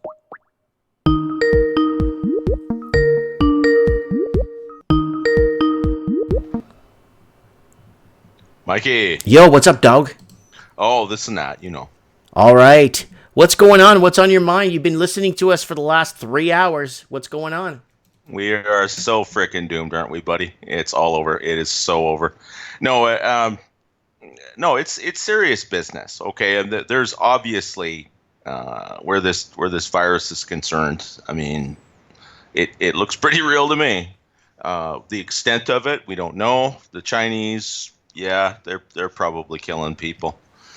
They would lock them down. They killed 60 million people in the 60s. Right? Yes. No problem at all. And all they were really trying to do was get them to stop being Chinese and be the new Soviet man. That's all it was about. Mm-hmm. Right? So, I mean, you know that these people are capable of anything. I hate these. I hate them. I hate this communist. I hate communists. They're just destroying their people's will and their democracy. I just hate it. Yeah, communists and helicopters, a match made in heaven. That's how I feel about it. But anyway, this trade war, I can imagine America is going to make hay out of it. They're two-way, as far as I know. and there's probably better informed people in the comments. Okay, so bear with me. They're already relaxing a lot of the tariffs simply because China is short on everything. And you've got a pool of 1.4 billion people, and half of them are locked in their homes. There's no production going on. So I don't think there's going to be any kind of helicopter money, because you dump a bunch of money into people's hands and there's nothing to buy. What does that cause? That causes inflation. I think it's more likely to be rationing, if anything else. Right. And that's something I want to say to the people who are preparing. Yeah, load up if you've got enough to, that you can eat. Get the basics for a month, 6 weeks, something like that, right? I mean, hoarding. They're going to call it hoarding, if anything, right? So if you've got a year's supply and it's not well hidden and you didn't start buying it a year ago, someone is going to come looking for you because you've got a bunch of stuff. Take what you need. Mm-hmm. And then get the hell out of the way. That's what I think. If it's an economic takedown and it's planned, okay. I mean, the thing is that these people come up with plans. I mean, you don't have a choice. You're running a country, you're running an economy, you've got all these advisors. You're going to come up with some kind of a plan. Mm-hmm. And especially in democracies where you've got to deal with the politics. It's not that the Chinese don't have to deal with politics too. Right, because they've got one party and they want to stay in control. So they actually have problems that we don't, because generally here, whoever's elected, whether we like them or not, they're there till the next election. So they know they're not going anywhere while this is going on. Get what you need. It won't go to waste. If nothing comes of it, you'll eat it. I did. Remember the whole 2011, 2012 square? Well, I kind of bought into the whole Mayan calendar, the end of the world thing, the whole Terrence McKenna stuff, all this stuff pointing to the same thing. And you know what? I actually stocked up on food, and I didn't buy groceries for 3 to 6 months. Yeah, that's right. That's all. You did your grocery shopping you did 6 months of grocery shopping. It's not. It won't go to waste. You're going to spend the money this year. You know what I'm saying? It's not. It makes sense. There's all kinds of things that can happen. Toronto, they had that big, and Quebec, they had that big ice storm. They've had a couple. There were places in Toronto in 13 or 14. They had no power for a week in a lot of places. That's a tough go in a city. Let me intervene here. Anthony D says, the Bible is written 300 years after Jesus died by unknown authors. It's basically BS. Anthony, I recommend that you pick up the Gospel according to Thomas. Okay, continue. Yeah. No, that's inaccurate anyway, but whatever. Okay, so, okay, where the economic takedown is concerned, we're going to have an economic takedown. It was going to happen spontaneously anyway. You got to understand that even if, and I've said it before, if every ruler in the world is actually controlled by a central directory, their opportunity to take over the world passed in 1945. That's correct. They did some big power moves after World War I. Yeah, that's big moves. They split a bunch of countries: Pakistan from India. They split Kuwait from Iraq. They split Jerusalem from Palestine. They did a lot of stuff. They did a lot of stuff, and there was a lot of influence behind the scenes. Mm-hmm. And that's the point that I've been making. If you've got elites, okay, financial elites, governmental elites, right, the Bilderbergs, the Council of 13, whatever they may be, the 13 ruling families, okay, yeah, I know. I've been reading this stuff for 12 years, okay? It's not nothing, okay? But the idea that these people, literally have strings on everybody is not true. They have influence. And influence is the tail wagging the dog. Mm-hmm.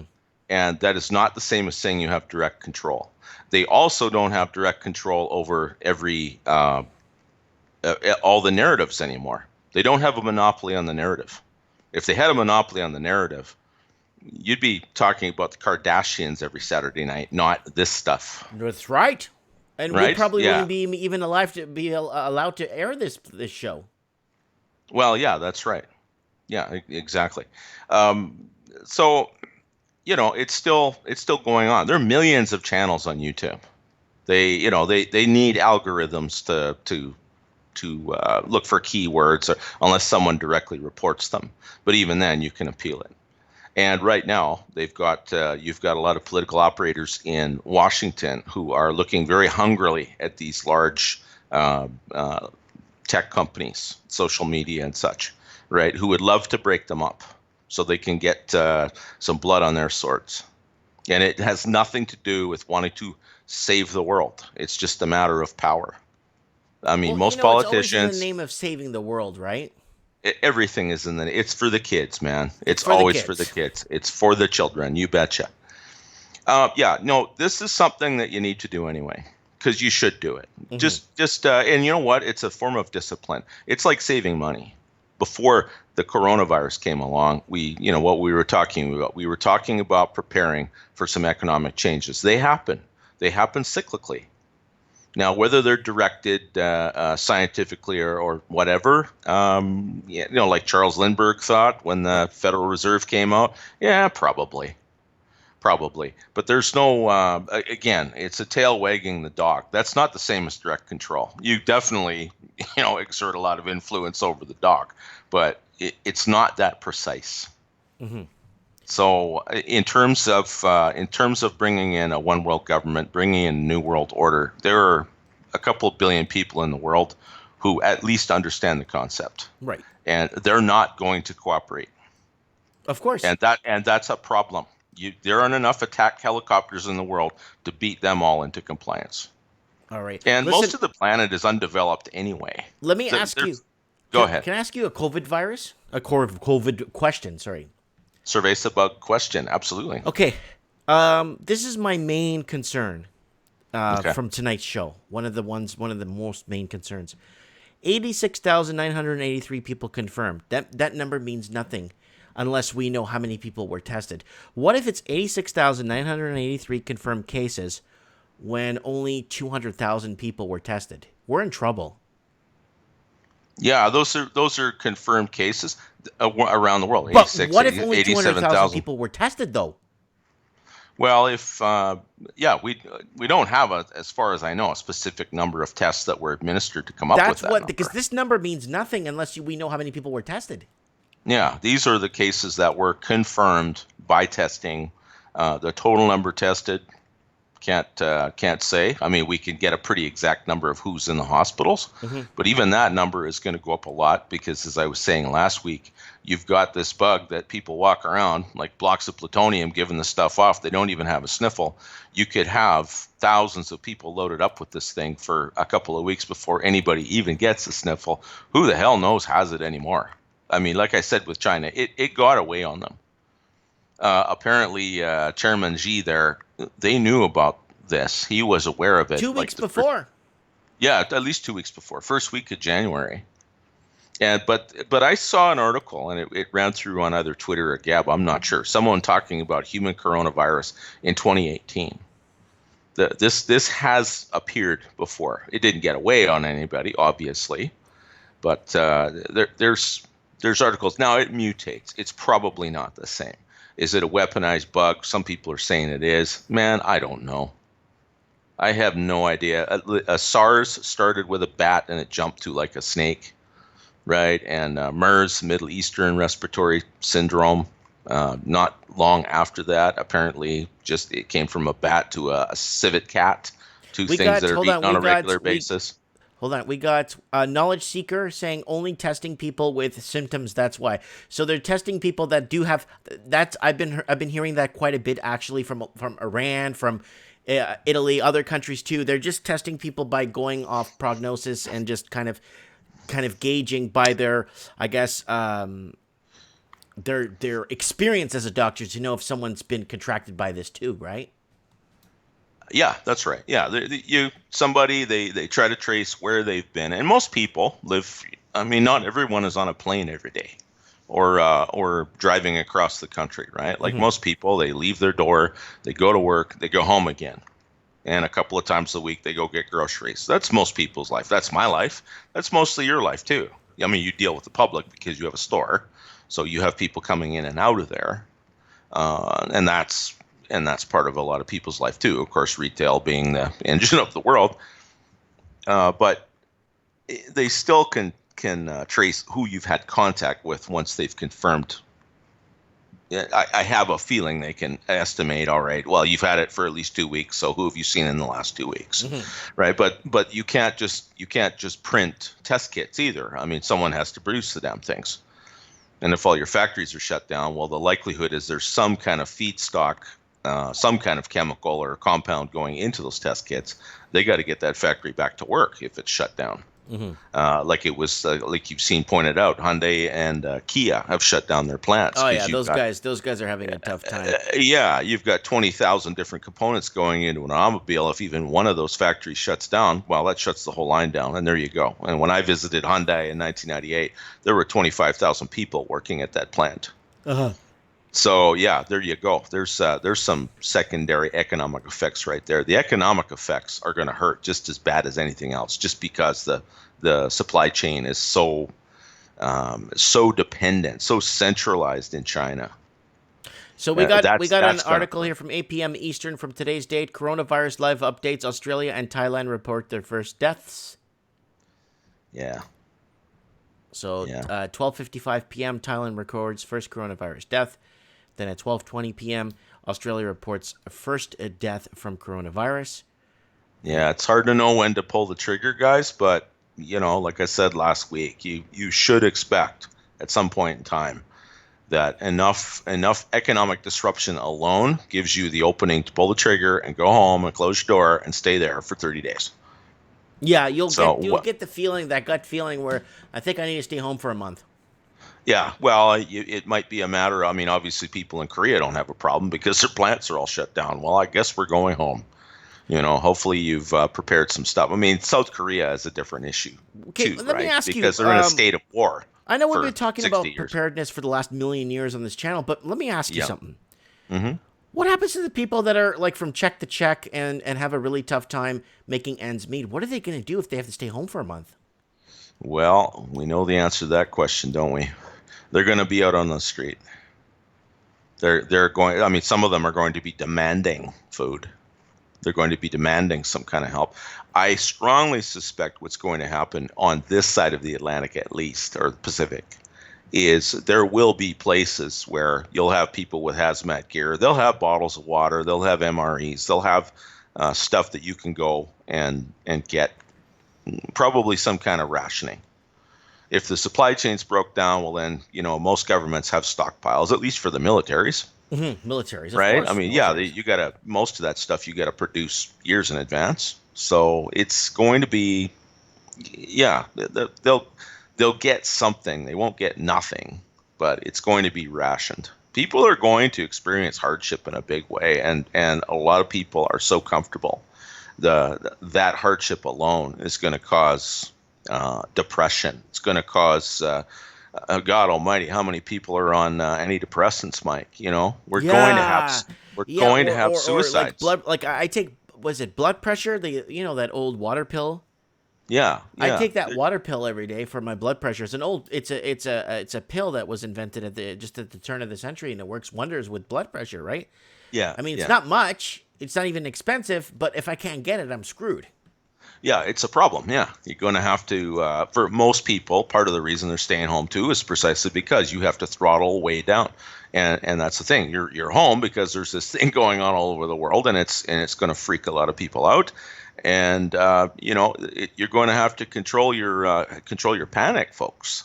You're going to have to be brave. You're going to have to dig down a little bit I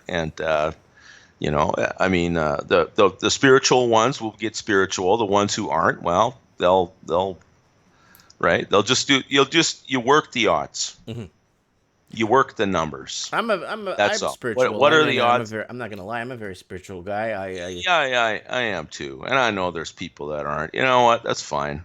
The truth, whatever truth is, it sorts itself out. It's not going away. So you can get mad about it, but it's not going away.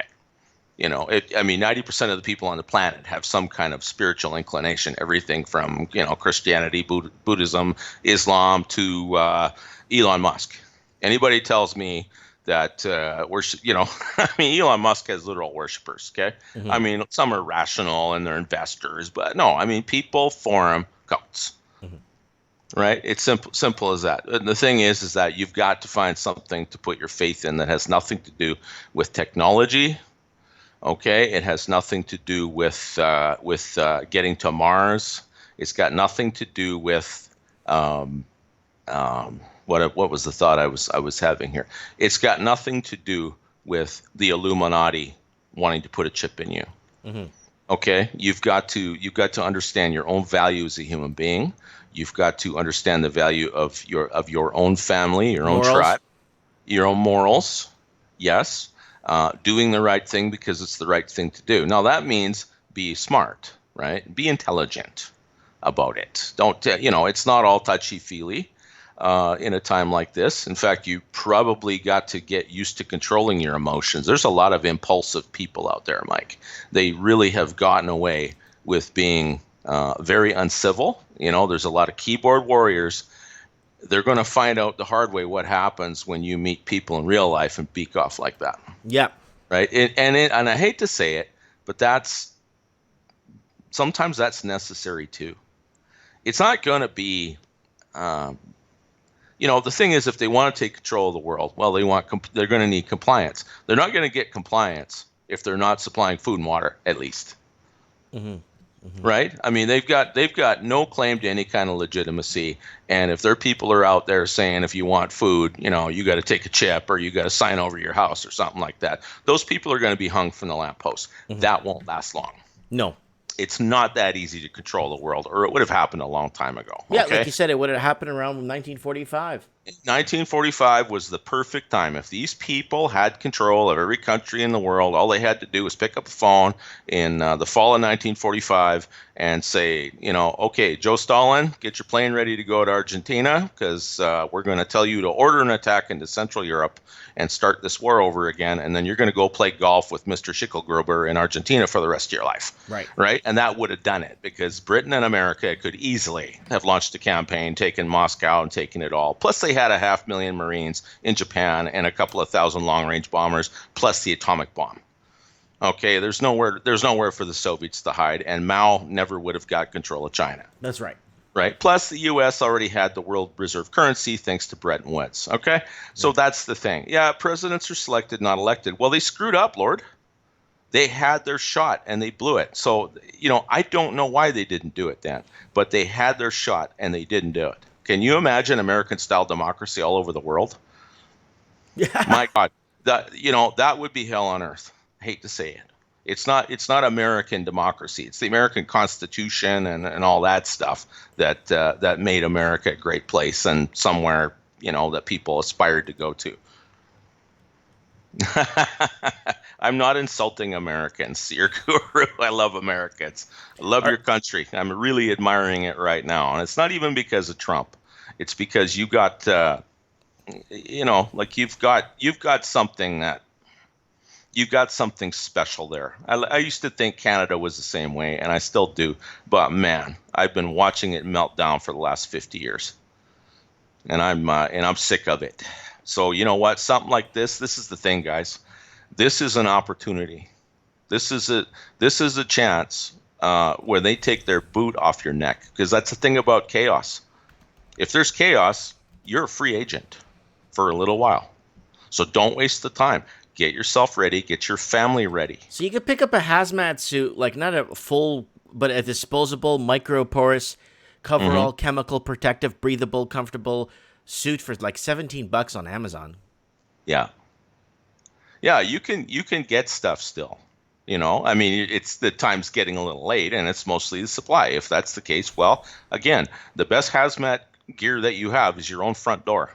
So just make sure that you can get behind it. And freaking stay there for a while, right? I mean, if you work in a factory and one of the feeder plants can't send you what you need because it's literally on the other side of the Pacific and shut down, then you can go home. I mean, at least temporarily, you've lost your job anyway. This is why we said preparation. We were expecting a financial crash. Well, we've been talking about this for the last million years on the channel here. Yeah. So it's not like it's new, you know. It's like it's the people that just arrived from Alpha Hmm. Centauri to Earth Yeah. and just woke up and got a crash course on what Hmm. the heck is going on. Yeah. Yeah. And that's the thing. I mean, I'm talking big picture. You know, Lord H, Raven, Three Red Guys. We're all talking big picture here. We're talking about the world here on this channel. That's a pretty big picture. But what I'd like to focus it back on, guys, is what you do in your own home, and the people around you, and what you do in your own community. Right? That's what you're going to do. I mean, all of this stuff, you can anticipate it. You can you can protect yourself somewhat.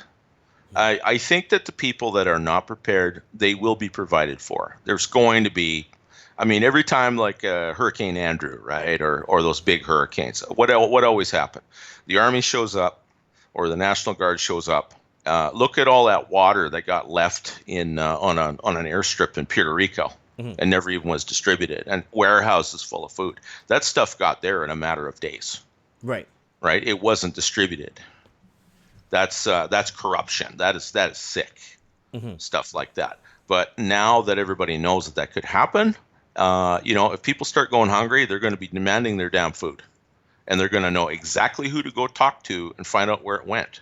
And it's not going to be a matter of, no, you're not going to not feed me because you don't like Trump or you whatever. No, where's our friggin' grub? Where's our water? And lots of people have backyard gardens and all that good stuff. I mean, not at this latitude, okay, but further south, probably south of, I don't know, I imagine Oklahoma, you can probably still grow stuff. My folks winter in Yuma, and there's farms operating there year round, literally year round. So that's not out of the question, right? Like, there's going to be, as long as the U.S. dollar is the world's currency, they're going to be able to buy commodities from anywhere, and as long as we're next door to them, we'll be able to buy what we need to. I don't know. I don't see a complete collapse. I do see. I see a lot of volcanic political reactions to this if it does wind up being a mass casualty event. No question about it, especially if it focuses certain ethnic groups, which unfortunately it does seem to do. We don't know. The numbers aren't in yet. We'll see. But we've got large Asian and Persian communities in our big cities, and it's going to be very dangerous for them. And if they get whacked particularly hard, man, they will never vote Liberal again. That's for sure. Right? Things will change in a big hurry, and but things a lot are changing of people every are going to be poor. week. Well, they are, yeah. I mean, things accelerate, right? It's like birth pangs. They started out slow, but now you've got all these different cycles that all seem to be coming together, like sunspots or something like that, right? Yeah, it's moving fast. So, and you don't have to move that fast, and you don't have to move that far. Just whatever take stock of whatever inventory you have, and go to your local, big box while there's still stuff there. And don't be bashful. Spend some money. Get what you need. You don't have to have turkey dinner every day. Just go get some cans of soup, man. Yeah, Kraft cheese and macaroni, a whole bunch of stuff. Roman noodles. Katie and beans. You'll get sick of it, but all you have to do is not eat it. You'll be hungry for a couple of days, and man, it'll be like filet mignon every day until this is over. Everybody wants things to go back to normal. That is what certainly what politicians will want to do. They might, they might want to grab some extra power, or, pass another Patriot Act or something like that. But maybe throw a chip or two into some people. Yeah. You know what? That stuff, and I'm a Christian too, Mike. Okay, so yeah, the mark of the beast and all that stuff. Yeah, I take that seriously. But the beast is the one who orders it. We don't have a beast in charge. We're not there yet. We're not anywhere near there. So okay. So for the ones who have a similar persuasion to mine, no, we're not there yet. Will it happen 6 months or a year from now? I think these things are happening on a certain schedule, if that's the case. Right. Okay. So no, you'll have time. It's if you're preparing yourself and you're informing yourself. Okay. You'll be okay. You'll be ready. It's whether you're a Christian or a Buddhist or whatever you are, or just an atheist listening to the show, okay? it comes down to the same thing. You need to play the odds in your favor. You need to prepare your own household. Knowing the big picture is good, right? It's good, but it's still going to be something where you've got to, you've got to look after yourself. You've got to be responsible for yourself. Yeah. Yeah. Right. That's the thing, and that's always true, and that's true of everyone. Right. Be responsible for yourself, guys, and yeah, I would say don't hoard. Okay, it's one of those things where, make sure that, because if you get all the food and your neighbor gets none, he's going to be knocking on your door when he gets hungry enough. They're going to be out on the street walking around. They're going to be kicking doors in on condos. They're not going to take no for an answer, and all the badasses talking about how they're all armed up and whatever else. If you've never been in the military, if you've never been in combat, and you've never discharged a firearm into somebody's head, okay, stop talking like that. You don't want to be there. You don't want to be anywhere near it. Mm-hmm. Okay, save all the LARPing about right-wing death squads and the rest of it. Okay, just don't. Stay out of the way. Mm-hmm. That's the important thing. Look after yourself. Right.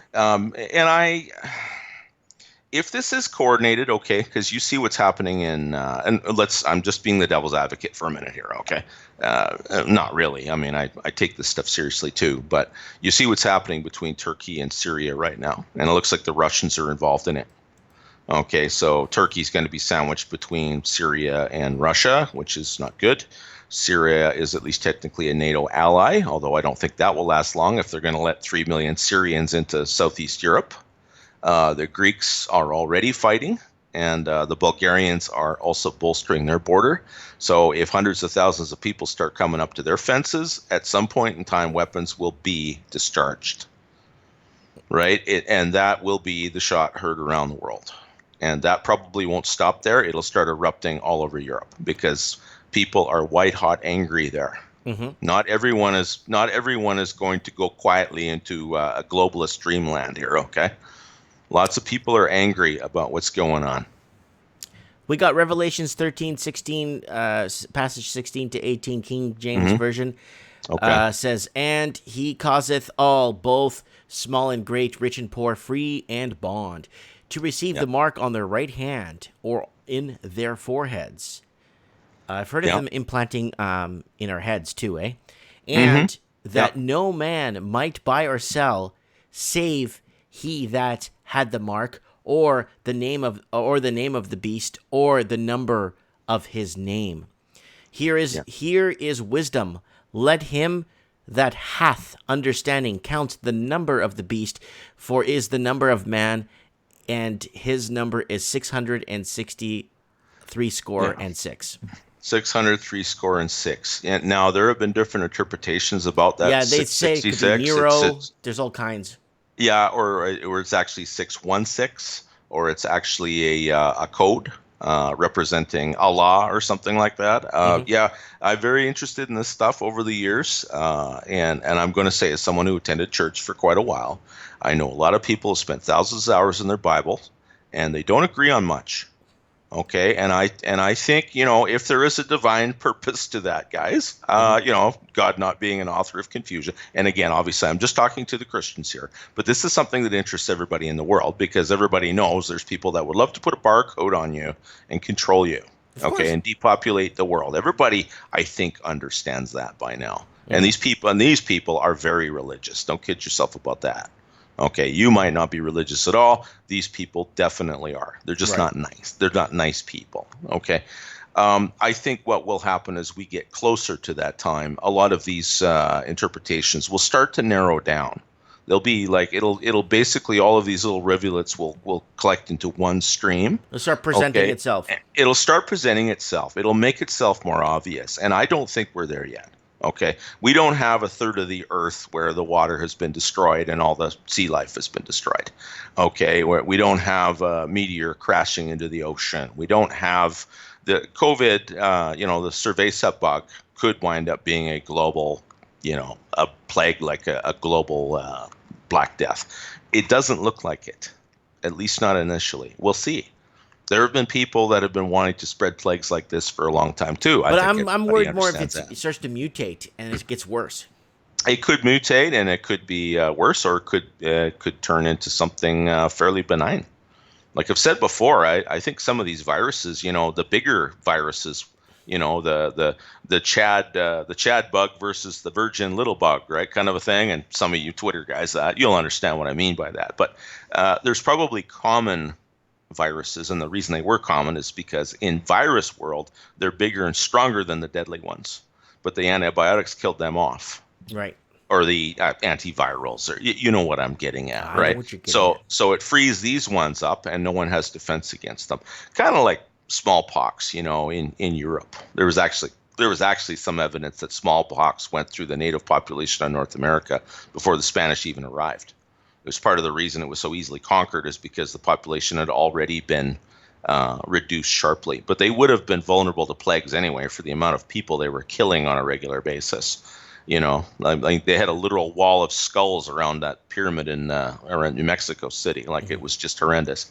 So people do strange things. Culture is definitely a vector, and part of the problem with global trade is that we are exposed directly to cultures that eat bats and snakes, and wipe their wipe various body parts with other body parts in a manner that we don't. Okay, that they probably have immunity after centuries of that, and we don't. So some of these things could happen in reverse.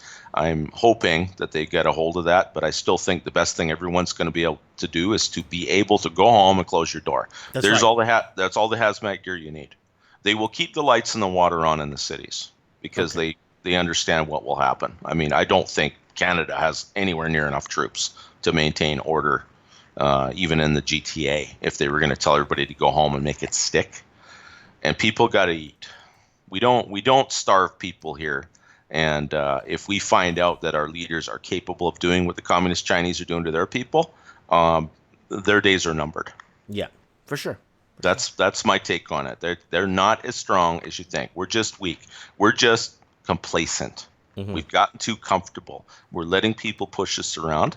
And like I've said many times, Mike, we've been plundered like we lost a war for the last 50 years by people who just do what they want, and the media and everybody else just keeps us from protesting. Well, we're hitting an inflection point there too. Look at the anger breaking out in southern Greece right now. Those people have had enough. Right, we covered that at the beginning of the show. Southern Greece, what's happening in Turkey. Yeah, you bet. On borders there, and all kinds of stuff happening in India. It's crazy. It's crazy. It's everyone's turning on themselves and each other. Sorry, people are turning on each other. It's disgusting. Yeah, that's right. So look at order out of chaos. Okay, guys, I get it, but chaos means for a short period of time, their boot is off your neck. So prepare yourself so that they can't enslave you, okay? So they can't, because most people, they lose 3 meals, they lose their minds. Okay, if they're not prepared or they get scared, they're going to panic, they're going to have heart attacks and panic attacks, people freaking out. People do that now and there's nothing going wrong, right? So just stay out of the way. That's the best advice I could give. Just get scarce for a while. All right, Bod. All right, boss. I'm going to let you go because I'm falling asleep here. Yeah, I am too. Yeah, and we'll talk. We'll talk very soon. You bet. God bless everyone, and make some moves this week, and we'll talk soon. Okay, take care. Okay, bye for now. Bye. That is Supreme Cannon. Guys, if you want to send in some show tips, please send in some show tips. Let's go from the back here. Go ahead and throw me a tip in PayPal if you'd like. You could follow me on Instagram. I don't know why, but here, I'm going to give you my Facebook. Go ahead and send any show tips that you have to my Facebook. If you want to add it on Mike in the Night. If you want to be a guest on Mike in the Night, not a problem. Add me on Skype, Mike Martins 1980. Everyone's welcome. And if you're commenting in here, I would like for you to come on the show. And speak your mind.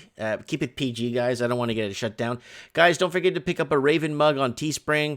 There's all kinds of cool stuff in here. We got Mike in the Night, Planner Chaos stickers that are selling. Really cool sticker to put up. Really cool, Mike, with that red eye and the barcode there. Really nice stuff to pick up for friends or people that that watch the show. Lots of cool swag. I like this Mike in the Night here. This shirt's really nice.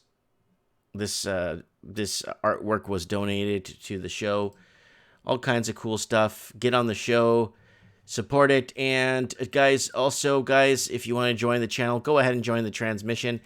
And yeah, go back to other Mike in the Nights. We got a whole carousel of videos here you could play through and watch all the guests over the last couple of years talking about what's going on, what's going down, what's happening, who's tricking, who's treating, what's been happening to what we're seeing around us developing.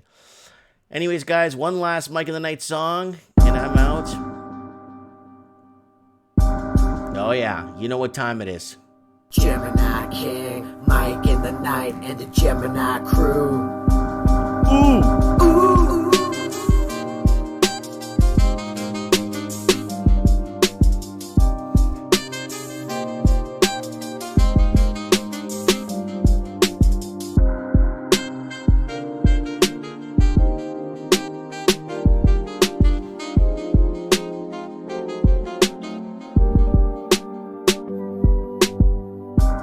Mike into the night, you're here with Mike in the night.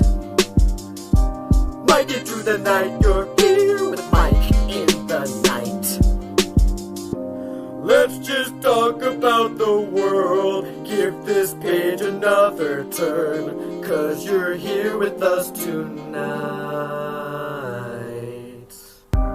Everything's alright when you're here with Mike in the night. Mike into the night, you're here with Mike in the night. Giving the world light when you're here with Mike in the night.